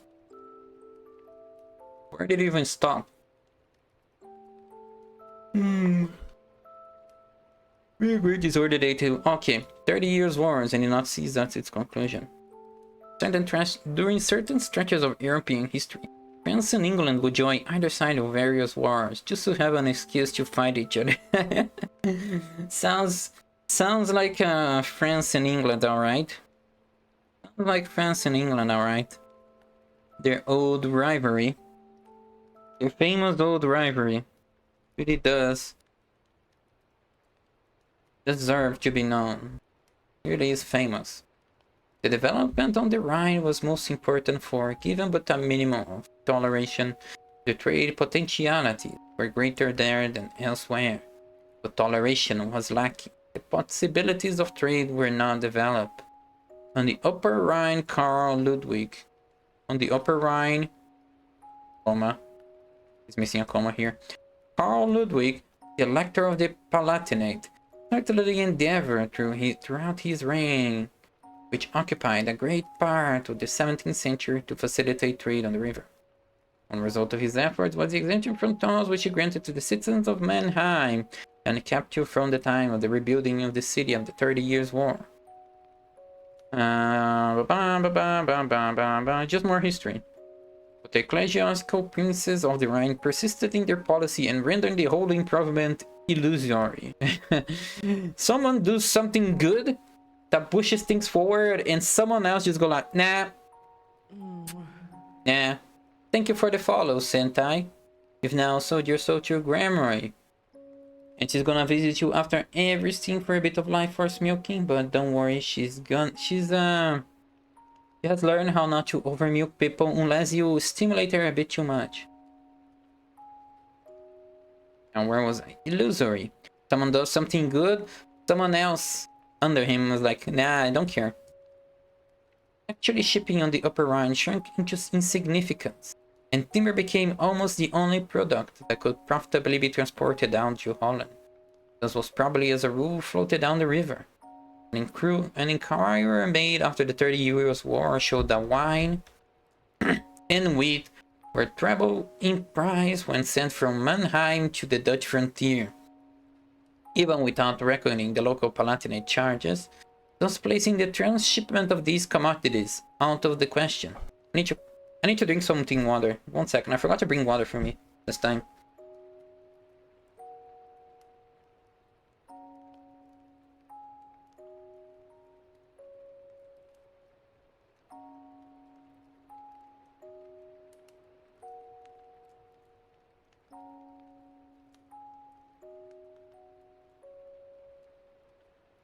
Actually, I'm just gonna do my ad break right now. I need to finish on time, so it is a bit late. It's already time for the ad break, so 3 minutes, see you guys soon.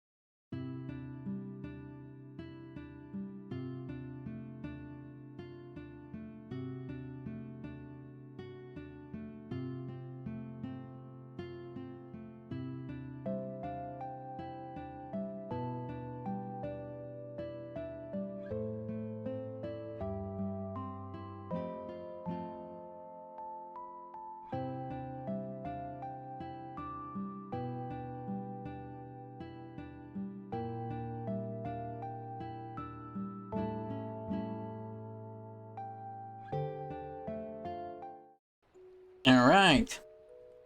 Last out. Wait. My ads managed it. They're just like 30 seconds left, but whatever, I guess. Last hour. Yeah. I need to end exactly at 4 hours. 3 hours, I mean. Not 4 hours.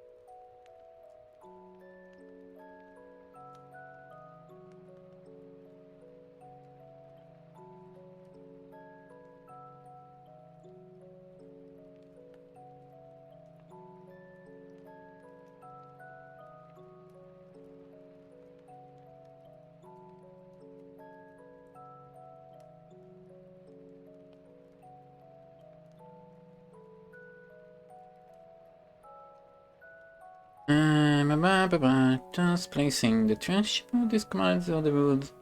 Visually in Alsace. Mission brought in no improvement. That arch enemy of French internal thoughts, Colbert, regarded the matter.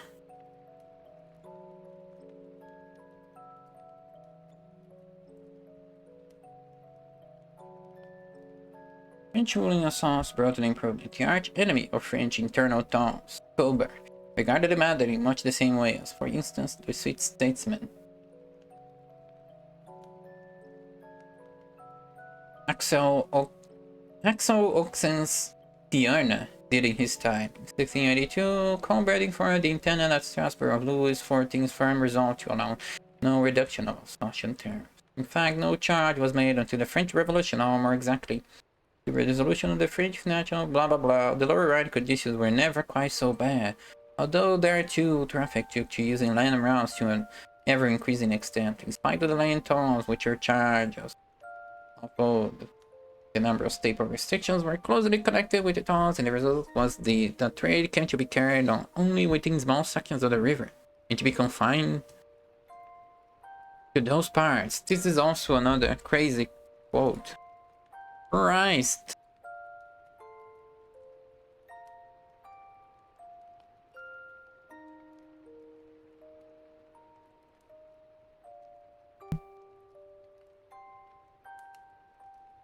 Yeah. That's right here. Oh, I did not highlight this. Although the Rhine stands out most prominently in this description, the total confusion was certainly as great in other parts of Germany. 42 planks went as a total payment and kind of a...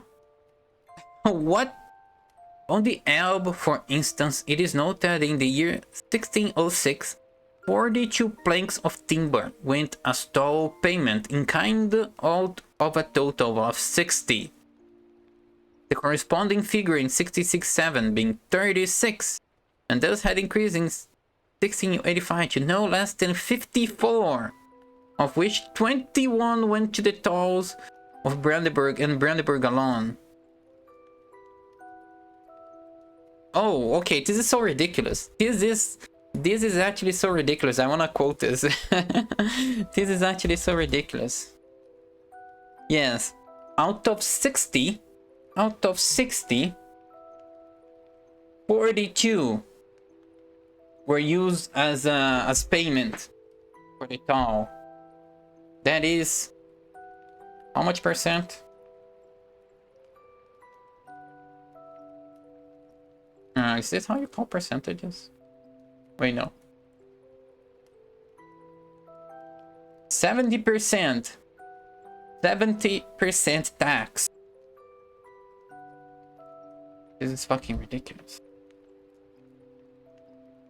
So that, you know, a total of 6 plants, or 1/10 of the consignment from Saxony, will reach its destinations in Hamburg. In addition, there will be dues for floating the timber. There will be dues for floating the timber. The loss of time was so great that, according to the well-known writer on commerce, Mark Berger, a boat would have to spend 4 weeks over the journey from Dresden to Hamburg, whereas without stopping for toll payments, it could complete the same journey in 8 days. 4 weeks. From 8 days to 4 weeks. 8 days to 4 weeks. Another. Oh my god. think there's a small problem here. I think there is a small problem here. In the towns. As a result, corn sent from Magdeburg to the Low Countries in the time of the Great Elector followed the land route via Brunswick and sailed to Bremen, instead of the direct continuous water route to Hamburg.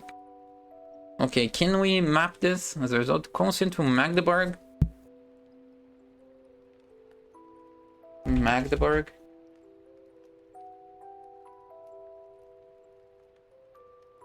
Let me just put it over here. Magdeburg, the Low Countries. In time, the Great Elector followed around via Brunswick. Brunswick.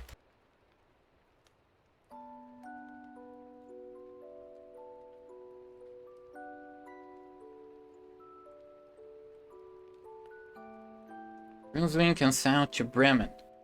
Instead of the direct continuous water route to Hamburg.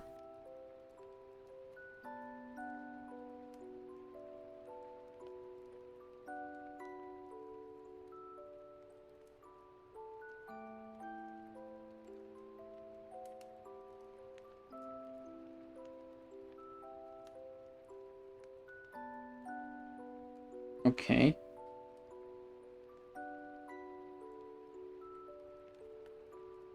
And south, Germany.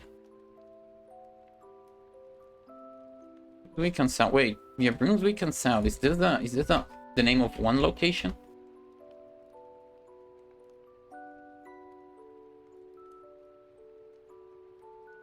Yeah. Okay. So, let's see.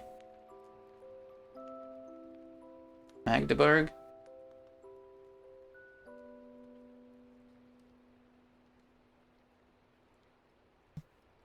Yeah, where is the... Over here. Wait, was it Magdeburg? Yes, Magdeburg. Oh, god damn it. Why the ping does... Why does the... disappears? Magdeburg is here. Magdeburg is here. Exactly in between these two rivers. The road to the Low Countries is over here. The Low Countries, the Netherlands, is over here. So you have this river, which you could take. Or here you could take. Yes, no, you could take over here and go to the sea and then here. But instead of this, he went this way. Let me check. Brunswick.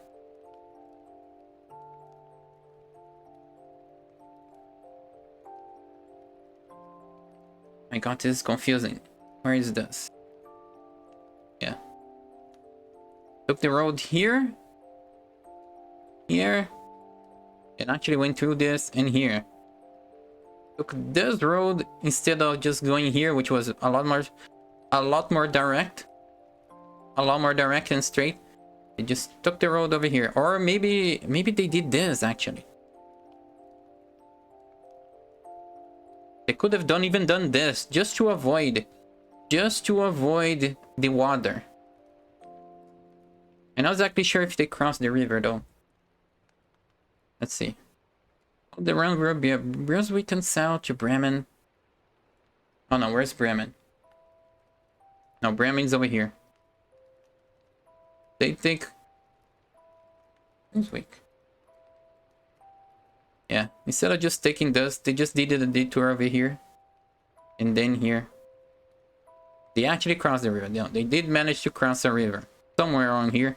Somewhere around here they crossed a river. And then went into the Low Countries. Instead of just taking the river and then they... It was a bit of a detour.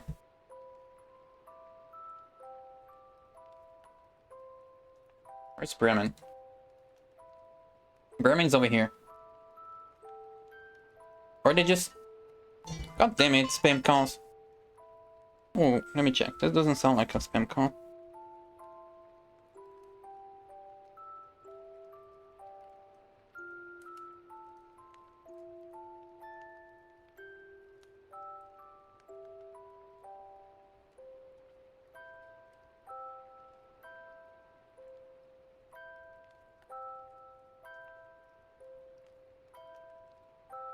Well, it was a spam call.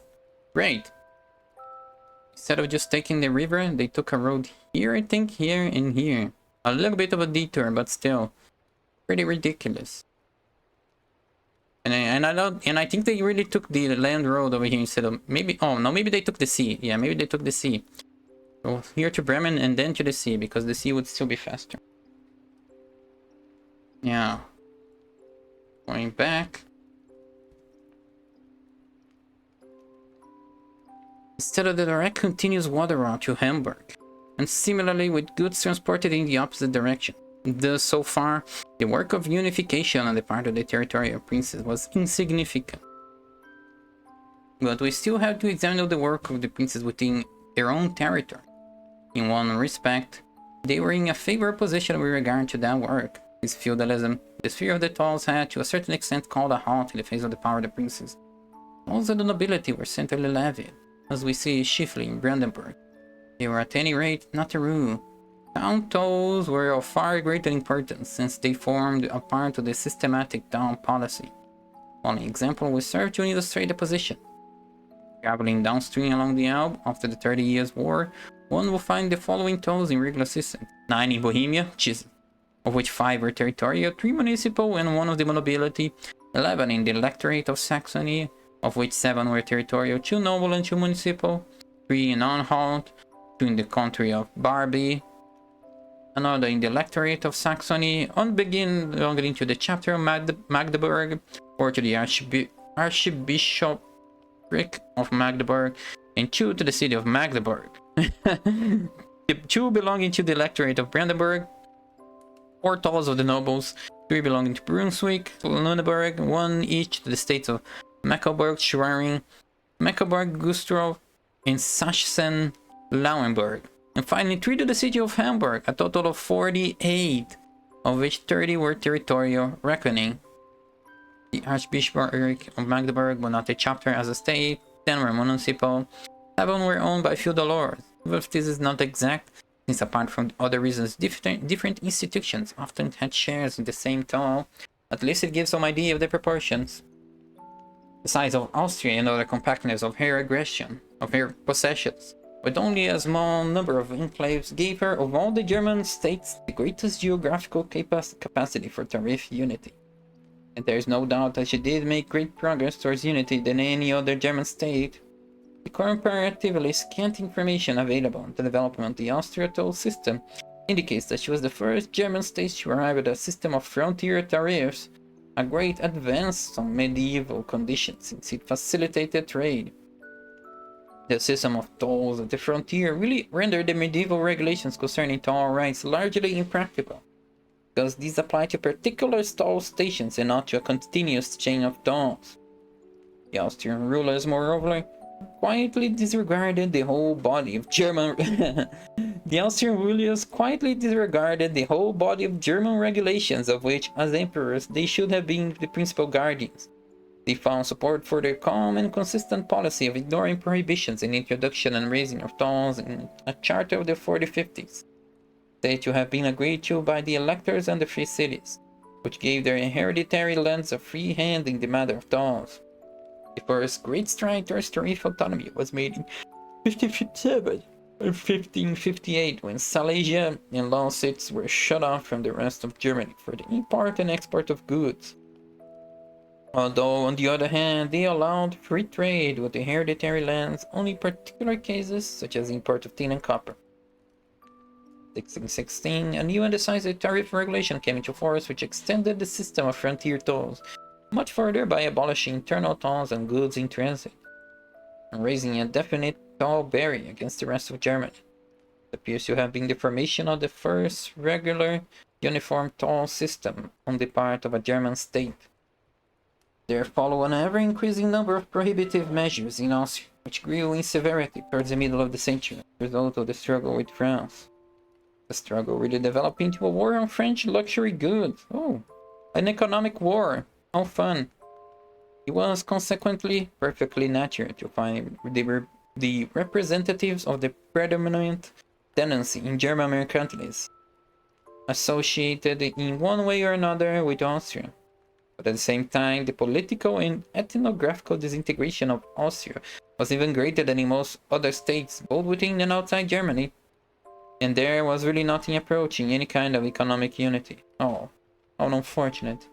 The tall barriers between different Austrian provinces were not raised at all until 1557, and only completely in AD 27. Tariff union between Austria and Hungary was not achieved until the middle of the 19th century. So you look at how granularized, how separated things are everywhere in Europe, and then you look at the European Union and you have to marvel at the incredible achievement that it is to actually unify multiple countries like that when they were once so extremely divided to the point of absurdity. Austria's position is so exceptional that even those meager facts which you have of it can have no general application to the rest of Germany. Development of Brandenburg Prussia, on the other hand, on the contrary, may be taken as typical of the extent to which the territorial state succeeded in overcoming the disunity of the internal towns. To judge by appearances, in fact, the development of the state is a fitting example of the development of Germany as a whole, since Prussia was able, with the aid of her state power, to rise to first place in Germany, at first next to Austria, and finally superseding her. Schmoller too chose Brandenburg Prussia as his pattern of mercantilism, since his description of the historic significance of the mercantile system is founded mainly on material from Brandenburg Prussian history. To draw conclusions from it for Europe as a whole, as it does more or less, would certainly be to distort its application, but apparently it applies quite appropriately to Germany. In addition, the development of Brandenburg Prussia conditions have been investigated with unusual care, and so there is every justification for placing her at the center of a description of the tariff policies of the German states. Clearly, as 1472, the Elector of Brandenburg endeavored to unify the towns within his territory. He himself arranged the towns in the various cities in such a way that anyone who had paid on goods once received a permit which freed those same goods from toll payment in any other part of the electorate.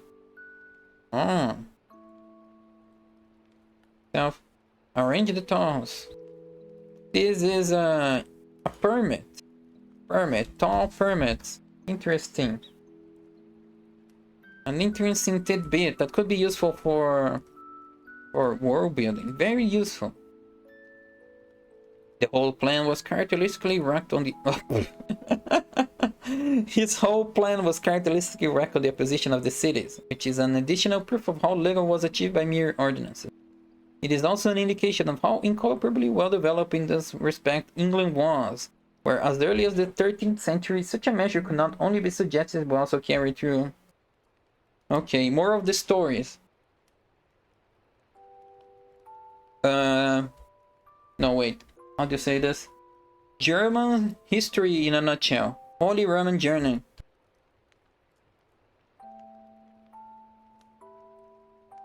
History in a nutshell. Someone did something good,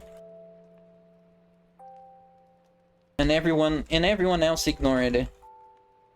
No, someone made a new good rule, a good law, and everyone else ignored it.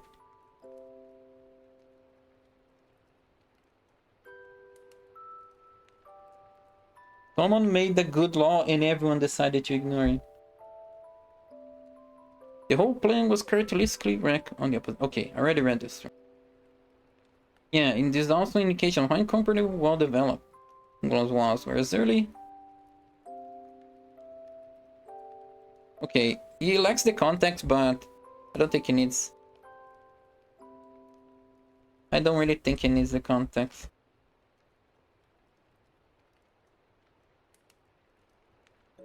Renewed efforts were made in the 16th century to unify the towns in the control of the elector, this time with definite results. An imperial charter of 1456 granting Brandenburg complete autonomy in the matter of tolls, similar to the one granted to the Austrian hereditary lands, was revived in support of these attempts. although Brandenburg's charter was based on a weaker legal grounds and was therefore more fiercely contested. An export and transit duty on grain was established at the frontier in 1558, immediately after the same measure was taken in Austria. Gradually, the outlying parts of the electorate, East Prussia, Pomerania, Neumark, and Silesia, came under a system of frontier tolls, but the results in the center were small. As early as 1518, a uniform table of charges for the road tolls in the Mark of Brandenburg and in Neumark, and apparently also for the river tolls, was in existence. These charges remain, but actually the extent to which they were uniform and national in scope was extremely restricted, for they were modeled upon those of the city of Berlin, where municipal toll charges remain in existence as part of municipal policy, although the revenue for 70 years has been flowing to the coffers of the elector. Regulations concerning the tariff were so faithfully copied as to become largely absurd. The regulations concerning the tariff were so faithfully copied as to become largely absurd. The causes of its ultimate failures of the attempts of uniformity were even more typical of the times. The scale of charges were not printed, the details were passed on verbally, or private agreements were made with the toll officials. Extortion and increased charges crept in on the heels of social inequalities. And different places developed separate policies, and the state of affairs continued on to the 18th century. Okay, this is a summary of things, so it is an interesting quote.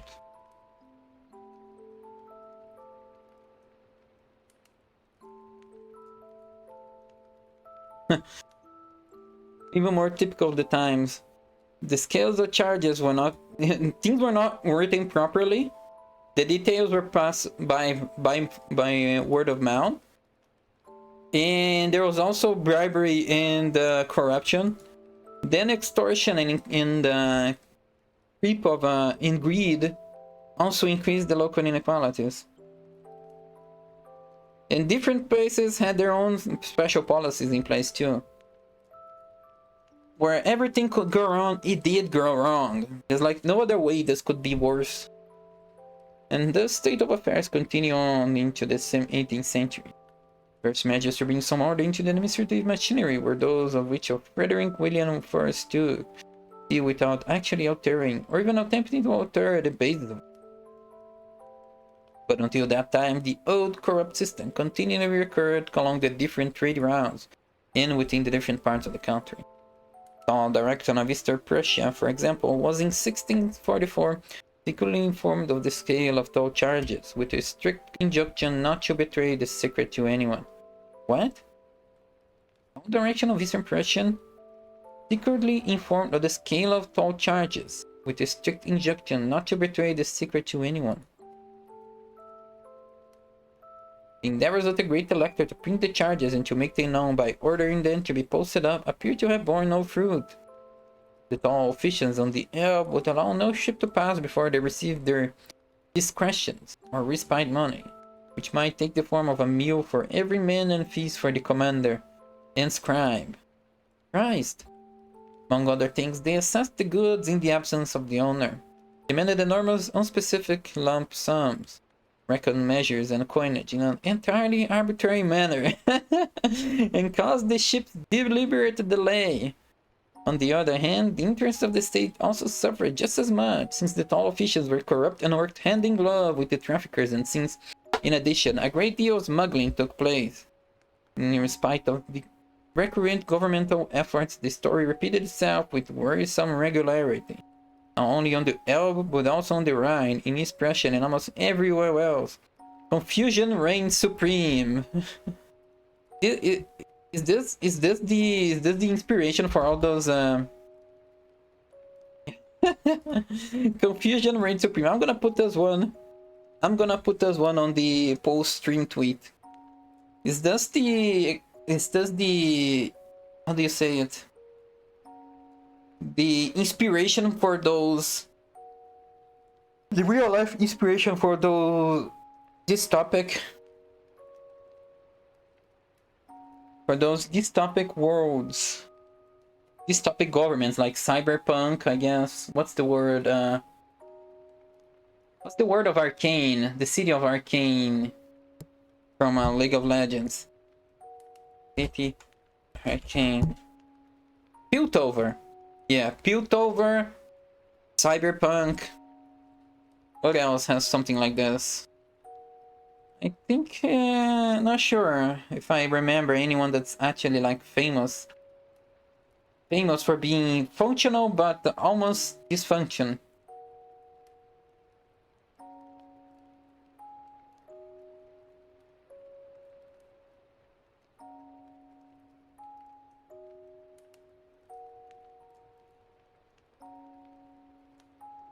1 second, I'm writing up something.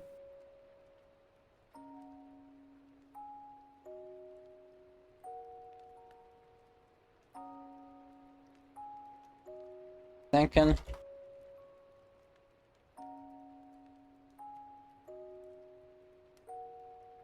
Yeah, what other dystopic words are like this? Where it's not just bad, it's corrupt bad. Confusing, complicated, and corrupt. It's a bit different from standard evil corruption. This is just a mess of a machine that still somehow continues to chug forward. For somehow it managed to stay together and not collapse in a revolt, but it's still completely dysfunctional on all levels. This is something special, really. And also very fun. Hey, Mama. Oh god, letters. Yes, indeed. Hello, mama. Words even. Not just letters, words. And these are some very, very difficult words. And some very difficult words, in conjunction with a number of abuses which in themselves closely resemble a system and demonstrated the weakness of the governing authority, there must be considered the actual measures of the central authorities which positively or negatively promoted disintegration. Complicated words, not just words, not just letters. They are complicated words, complicated phrases. God. But the stream has been slightly interesting, actually, because of this is the nutshell of the stream. Confusion reigns supreme. It is funny. It is actually funny. It's actually amusing how bad the government was. We're studying the Holy Roman Empire. We are studying the economic system of the Holy Roman Empire, and this is in a nutshell. This is in a nutshell. Confusion reigns supreme. It's actually impressive how much, how we managed to stay together. How we managed to not collapse in a dumpster fire. How the Holy Roman Empire managed to not collapse in a dumpster fire, because there was corruption and confusion in complex bureaucracy at every level of the government. It's impressive, really. It's impressive. Hopefully we're actually at the end, though. How much more can we read? Oh my god, 1 more page, 2 more pages. Who's Bumber?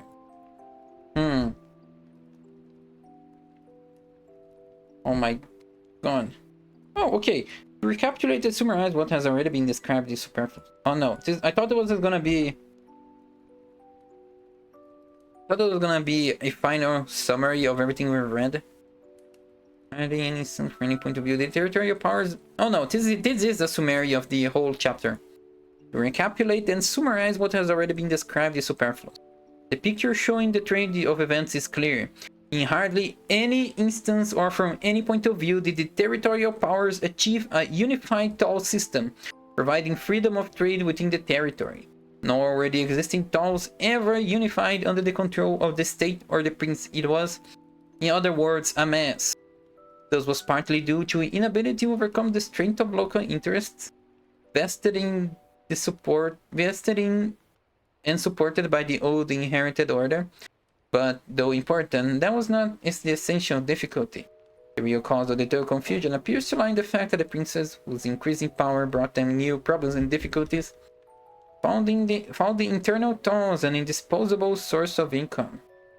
Any government desiring to base its power upon the economic unity of its territory would have to replace these sources of income by other, less obstructive sources. The German princelings were not in a position to do this, and, in fact, did not one seriously try.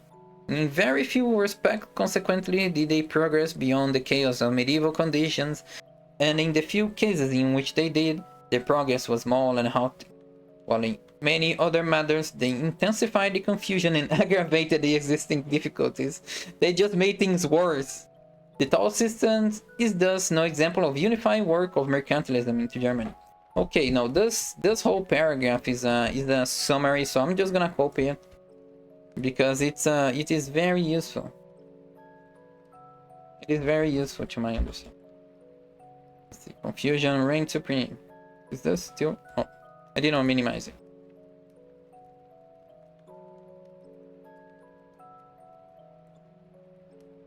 There we go.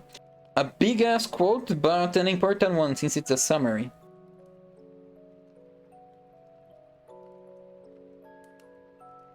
Now, France, her intermediate position.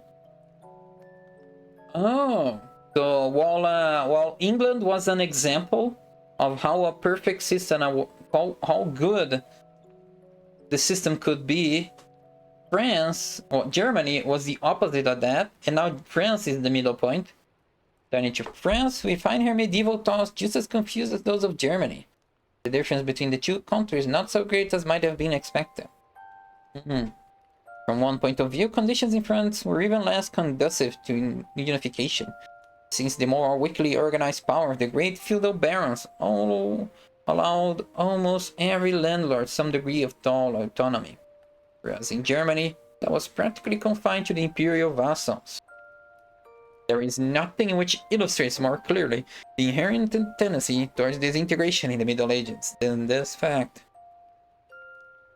Wait, what? Is the more weakly organized power of the great feudal barons almost every landlord some degree of autonomy. In Germany, that was practically confined to the imperial vassals.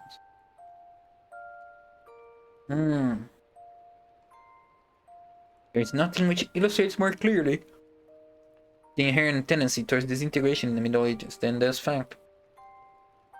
To subdivide the state's power among the greater vassals was the only guarantee against its partition among the lesser.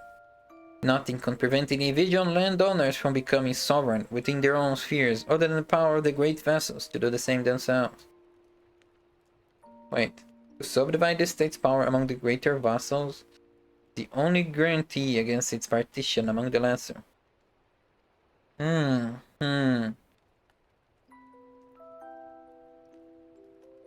think this is important. It's a difficult quote, but I think this is important. I'm sniffing something important up here.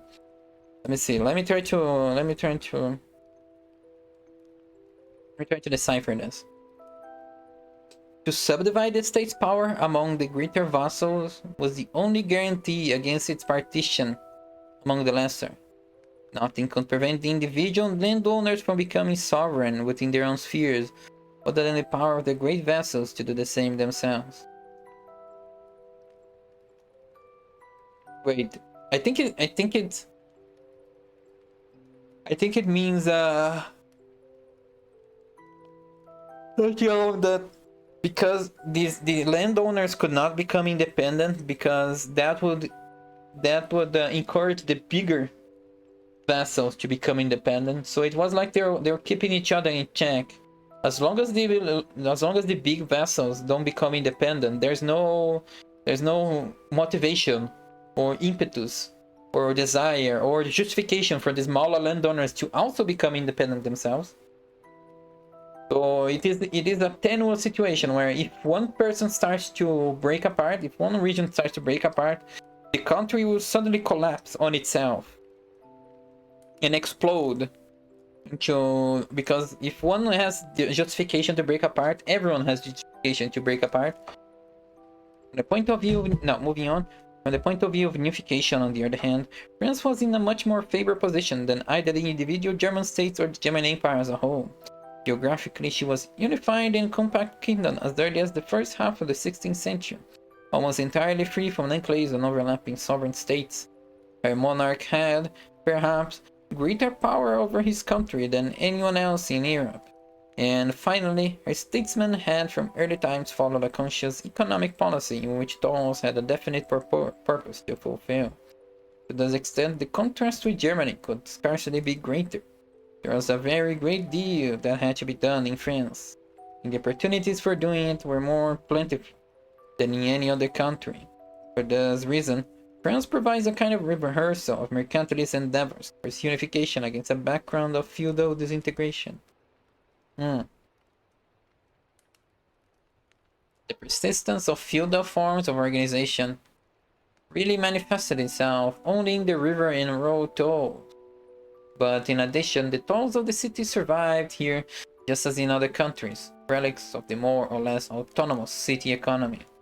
The French jurists, trained on Roman law, certainly did not fail to insist that tolls were based on royal grants, but that the ownership of a toll always implied the duty of improving or maintaining the trade route to which it pertained. And in fact, this duty was performed more often than in Germany. Even in the 18th century, the work of improvement could still be enforced. But apart from this, the legal character of the tolls did not go far in a matter even less here than in Germany. It will be seen below that the privilege of having a toll was generally invested in every owner as a feudal right, so much that even the crown in such cases exercised its toll right in its capacity of owner of the royal domain. So basically everyone gets a toll. You get a toll, you get a toll, we all get a toll. As long as you own land, you get the right to toll. You get the right to extort the people who want to just cross it. No, okay, no, please, no, doggo. Questions are for after the stream. Not now. Oh, he's still barking in the background. Yep. Yep. Doggo. Can't stop the doggo from barking. Unlike Germany, where such tolls were almost the only ones, there arose or was revived in France at comparatively early period a system of a more clearly public character, and it was in the respect of France occupied position intermediate between Germany and England. Distinguish between Germany and France was at least as much practical and economic as legal. Although non-feudal tolls could sometimes hardly be distinguished from ordinary river tolls, the possession of the state, the former, the public tolls, as a rule, belong to another, and one may say higher type, since they are frontier tolls or custom duties, levied on goods passing from one territory to another. Though not necessarily levied at the frontier itself, and other great fiefs had been observed in the royal possessions, tolls or customs duties. Thus, latter kind were, with few exceptions, in the hands of the crown. Although, as a rule, they were farmed out. There was thus no legal obstacle to unification from this point of view. Even though the existence of local estates in various provinces, the so-called pays d'etat, might undoubtedly have made the task more difficult. To gain some idea, therefore, of the unifying work of the central government, it will be necessary to discuss separately each of the two types of tolls. I don't want to discuss the two types of tolls. Also, hello, Bunkum. How are you doing? Story recap. Fuck! How do I recap the story? How do I recap the story? Well, I'm studying mercantilism. So we have to start from the feudalism. The feudalism is in essence breaking up the territories into smaller manageable pieces where they have autonomy and independence. The problem with this is that this creates a very complicated system if you want to interconnect things. As a society developed in the medieval ages, they started to want to trade for more. They did not. They managed to get past farming just for subsistence. They started to get past the level where they only farm to get what they needed to survive, and now they started to require riches and luxuries. The problem is these riches and luxuries needs to come from far away. So once you have a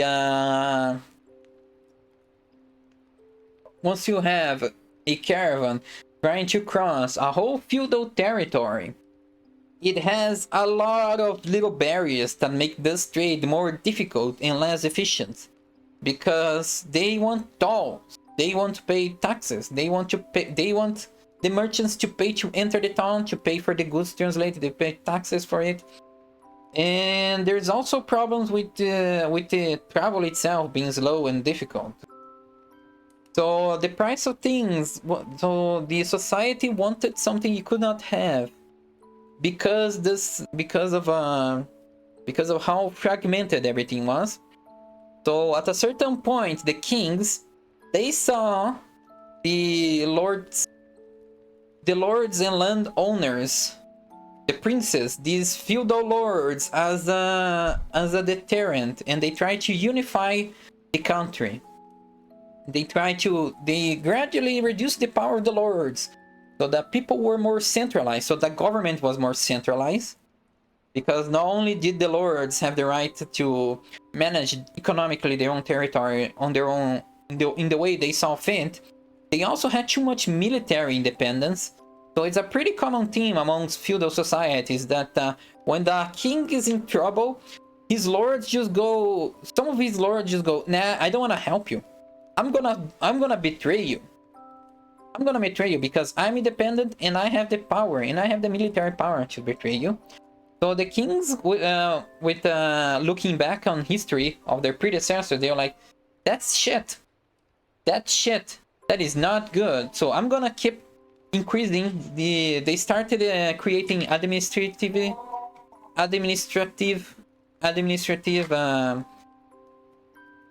bodies, administrative structures, how do you call it? Administrative organizations that took the power away from the lords and centralized the power under the kings. And one of these things that had to be done was to unify also the country economically.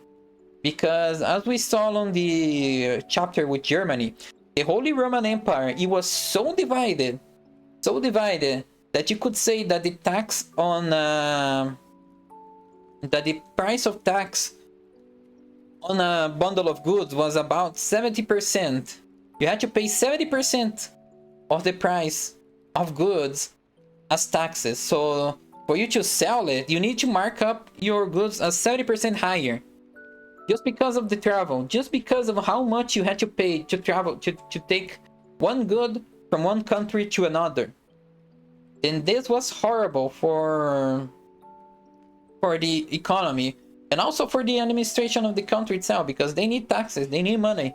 But things were so confusing, there were so many laws, there was so much division that there was an absurd amount of money being lost just because of this division, just because on this inefficient system.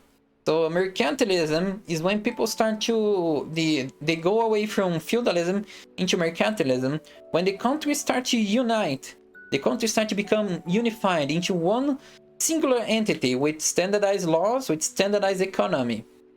Because money is actually the biggest source of power. Before, in feudalism, your power was in the food you had, so you could feed your army. Now that the food was not much of a problem, you needed the money to pay. You could just gather enough money to pay your army, so they could buy their food, or you could buy merchants to bring the food to your army. So the power itself was in how much money you could acquire. And the king saw that so much money was being lost in this inefficient system that they start to reform it completely. Culturally and economically, they started to reform their own countries into unifying them, just so they could acquire more money, just so that they could focus on the free trade of goods. Not exactly the free trade of goods, on the trade of goods, so they could control the trade of goods and then acquire hoard the most money they could. Because money at that period was power. That's mercantilism. And we study exactly how did the Middle Ages, how the mass of the Middle Ages became became the more unified and unified world of the Renaissance, or whatever it is. This is the story recap. So far, right now, we are looking at France. England was an example of a good system. England was a good example of a good system of roads and tolls, because roads improve trade. Roads make trade easier. But who pays for the roads? And how do you fund the paying of the roads? The answer is tolls. You force people who are using the road to pay for it, so they can use that money and invest it back on the roads to increase their quality and thus improve the amount of improve the amount of trade you can get. In England, they managed to achieve the best of the Middle Ages with a unified toll system and also a unified road maintenance system. The German Empire, on the other hand, the famous Holy Roman Empire at the time, the HRRE.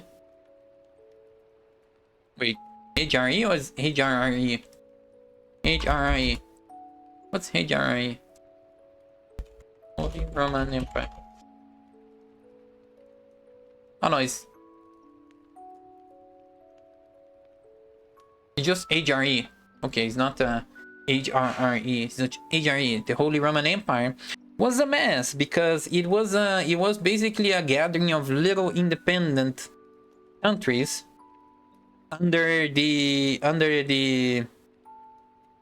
rule of the emperor, but they were so disunified that anytime someone tried to make a new change that was good, everyone else just basically ignored that change, and it failed because it was in the best interest of everyone that the system continued to be disunified, because it meant more money for them, more bribes, more confusion, more taxes, more tolls, more money flowing in the hands of the individuals. And the Holy Emperor was too powerless to enforce things, or to actually even reform the system completely or unify the country itself, because nobody wanted that. If they tried that, they would just revolt and kill them. So the Holy Roman Empire was a mess, the complete opposite of England. It took a long time until they actually managed to get into the proper mercantilism world. Now, we are reading about France, which seems to be a middle point in between between England and the Holy Roman Empire. And we are about to read about river and toll, road and river tolls. From early Middle Ages, road and river tolls have been, with some trifling difference, as burdensome in France as they were in Germany.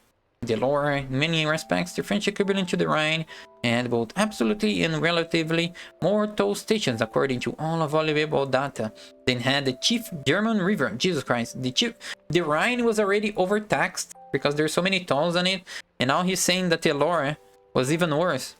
The only qualification which must be made to the statement is that it's not always possible to ascertain whether for each peage there was a separate toll station or whether several were combined in one station. Okay, so it was not only there were a lot of tolls, they were also confusing about whether they were actually tolls or not. In a way, actually worse. With those reservations, there were in the 18th century between Rome and Nantes, about 600 kilometers, 74 toll stations. That is one for every 8 kilometers. And towards the end of the century, in the 30s of the next, the whole river with its tributaries was said to have 130. Between the two latter dates, the number is said to have been even higher, and as late as the year 1567, the total was about 120. Conditions were no better on the greater rivers, particularly on the next in importance. The Rhone and the Seine, and toll charges formed the largest item in the cost of river transport. Yeah, river transport was so bad that people preferred to take the much longer land travel than go through rivers. They completely killed river travel. Instances are cited over and over again showing that the dues paid on salt, grain, and other bulky commodities, even over a journey of less than 300 kilometers, equaled and in many cases exceeded the total value of the consignment. In the time of Henry IV, 100 EQs was paid in tall juice for a load of salt, or worth only 25 EQs. 100, you pay 100 units of money for something that's valued only as 25. Imagine how much higher you have to sell it just so you break even. And then you have to add a little bit of profit. And even more incredible cases could be quoted. The only fact which led us to conclude that conditions were any better than in Germany is that we more rarely find goods for sinking the rivers for the land routes, quite to the incomparably better state of French roads. But on the other hand, the French road tolls, which were probably exceptionally high on account of the toll privileges of every ordinary landowner, must have had a prohibitive effect. So the land, okay, so it was absolutely ridiculously bad, but apparently the land tolls was even worse. So on the contrary of Germany, the river tolls were so bad, the land was worse. No, over here, in France, the river tolls were ridiculous, but the land tolls were absurd. The endeavors of the French monarchy to end the disorder were almost as old as the monarchy itself. The endeavors of the French monarchy to end the disorder was almost as old as the monarchy itself. God, I can see that bureaucracy on medieval times was a nightmare. Attempted to create bureaucracy, functional bureaucracy, on the medieval times was a fucking nightmare. They found a strong support in the 13th century in Roman law.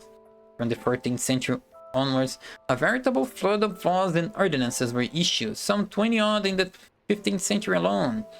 During the following century, these efforts received an additional impulse through the formation of a special organization of merchants on the lower. Oh shit, I actually need to end. Which tried to enforce the constantly repeated ordinances. To gain impression of the results of these endeavors, it will suffice to examine the activities of Colbert and their effects. For Colbert represents the high water mark of internal reforms under the French monarchy in the series of those as well as in other matters. Okay, so we get snippets of interesting text, and then we have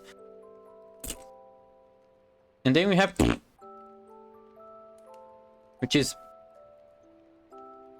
boring and uninteresting as it comes. Colbert's aim was no less than the entire suppression of all river and road tolls. That's cool. Colbert seems to be a cool dude. And absolutely Colbert, the enemy of tolls. Okay. Let's end actually on this.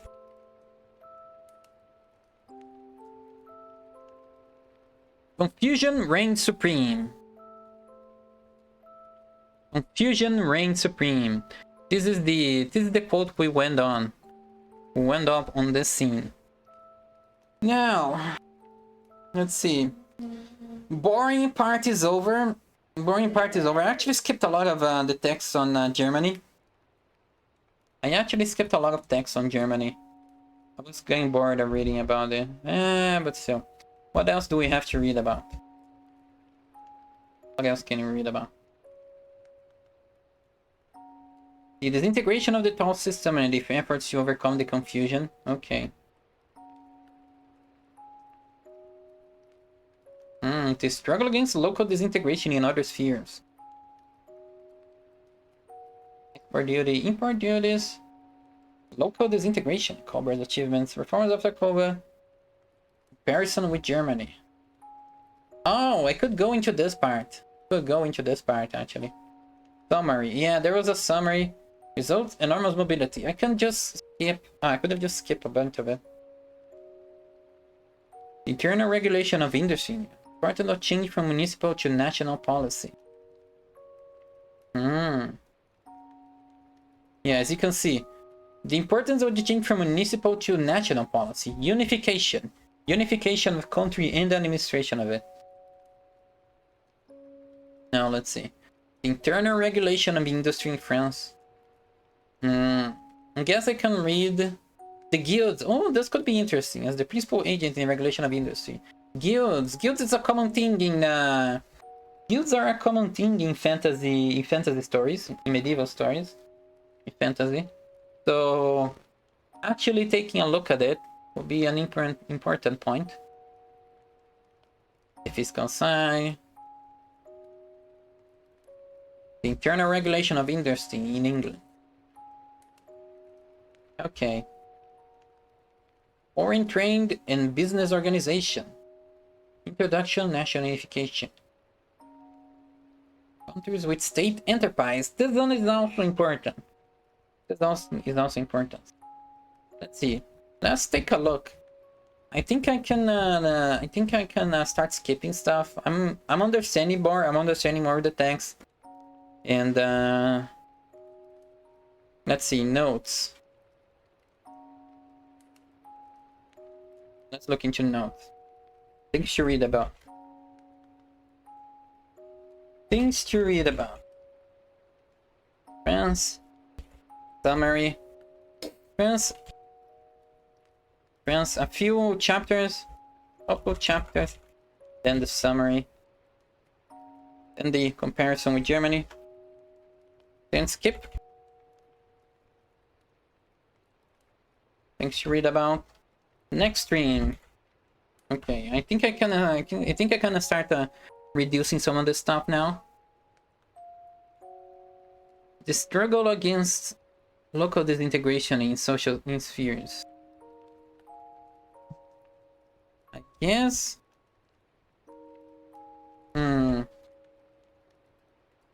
Oh my god, why did it come?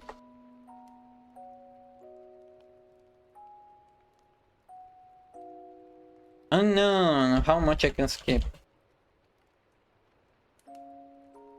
Let's see. Importance of. This one is short. This one is short. Importance change from is 128, 137. So not a lot. Not a lot. Like 7, 8, 9 pages. Internal regulation of industry in France. The guilds. Guilds, chapter 5. Guilds.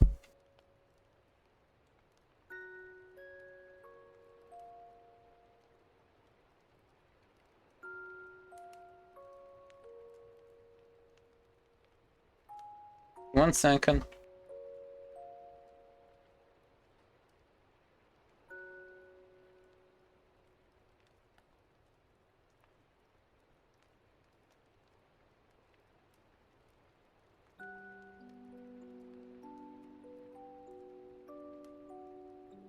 Chapter 5 guilds. Let's see. Legal victory of the state over particulars. I guess. The administrative machinery of the state, the parliament. Ooh. Parliaments. The 5 guilds.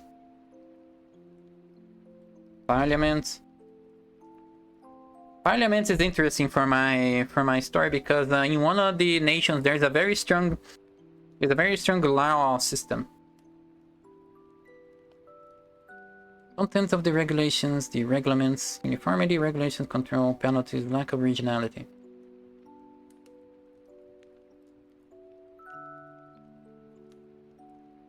I don't think this is interesting. The application of system in practice, ineffectiveness of the regulation. Okay, this one could be. This one could be a bit interesting. Application of the system in practice. This is very crude, but okay. The mania for litigation. The fiscal side of industrial policy. What the hell is this chapter? Privilege industry. Manufacturers, French results compared with English, and the differences between manufacturing and handicraft. Oh, I guess it's the French Revolution. I guess it's the not the French Revolution, the Industrial Revolution. I guess this is about the Industrial Revolution. The quantitative superiority of France. For industry attempts to reform in the 18th century, the position of the outbreak of the revolution. When's the Industrial Revolution? The period of global transition. Yes, 76 80-40. That's about the period we're talking about over here in this text. So definitely the Industrial Revolution, I think. Attempts of reform, the position at the outbreak of the revolution. Yep. Internal regulation of industry in England. Comparison with the continent, unified regulation. Medieval, the status of the artificers, the poor law.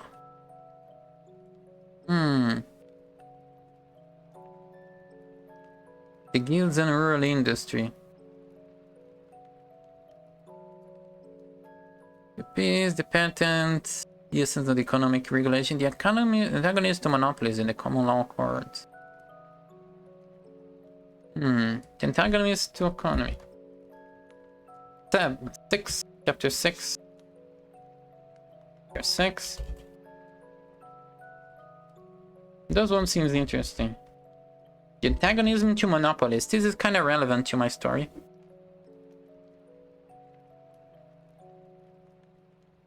Because there is a bit of an opposition to results of the Puritan Revolution. Oh, sounds nasty. Oh, 1 second. Let me check something. Be right back. 1 minute.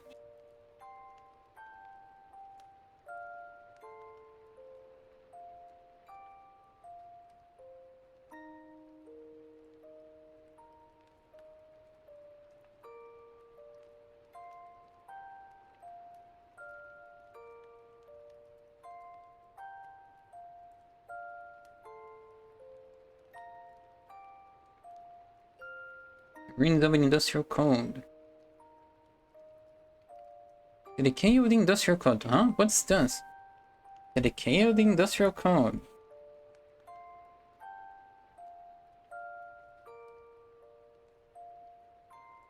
What does this mean? Foreign trade and business organization. National unification. I guess chapter 7, national industry. I guess this is actually important. This one. National unification. This actually sounds important. Let's see. Countries with state enterprise. Oh! State enterprise. Wait. State enterprise. Is there one previous to this? No. Countries with state enterprise. This one is interesting because this is also another thing that I have added to my story. State enterprise. Because the country itself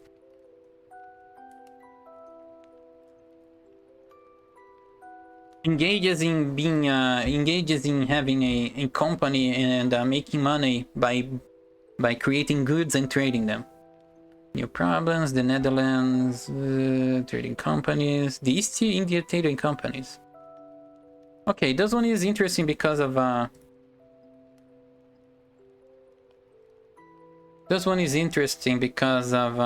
historical reasons. You hear a lot about the East India Company. Oh, I wanted to know more about it, just for historical curiosity. People's Party government, limited liability, durability of the capital, importance of the stock exchange. I wonder, when is the stock exchange? When did the stock exchange come to be? Stock exchange. History.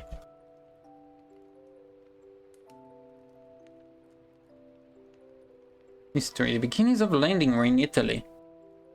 It's about lending.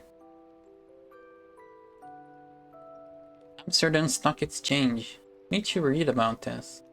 Because I could introduce a stock exchange in one of the nations. One of the more mercantile nations. I could. ED10, not your land.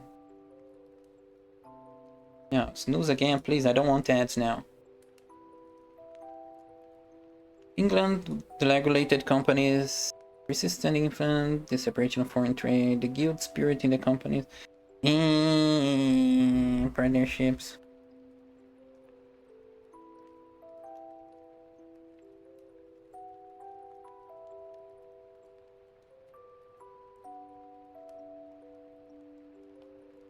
Dominant position of London. England unification. I guess I could read this. The executors of mercantilism. 5-8, I guess. Chapter 8. This one just because of the name is ominous. Chapter 8. The executors of mercantilism. Is this the end? There's a second volume though. And also, yeah, volume 2. I guess we have trimmed down quite a lot.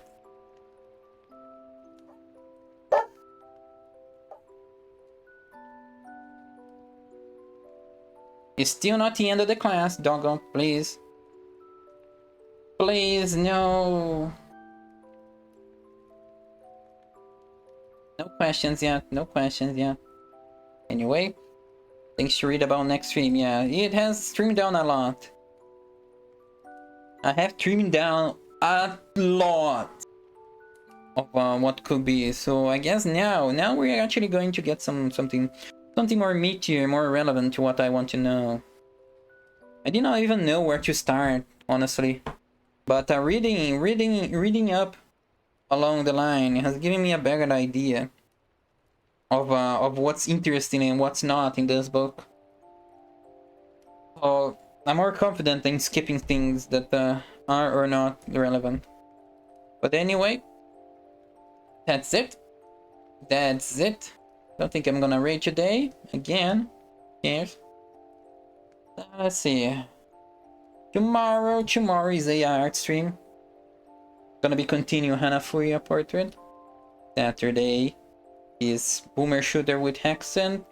And Sunday is RTS with Myth because unfortunately Lapis is working, so we are not gonna play. She'll be too tired to play later.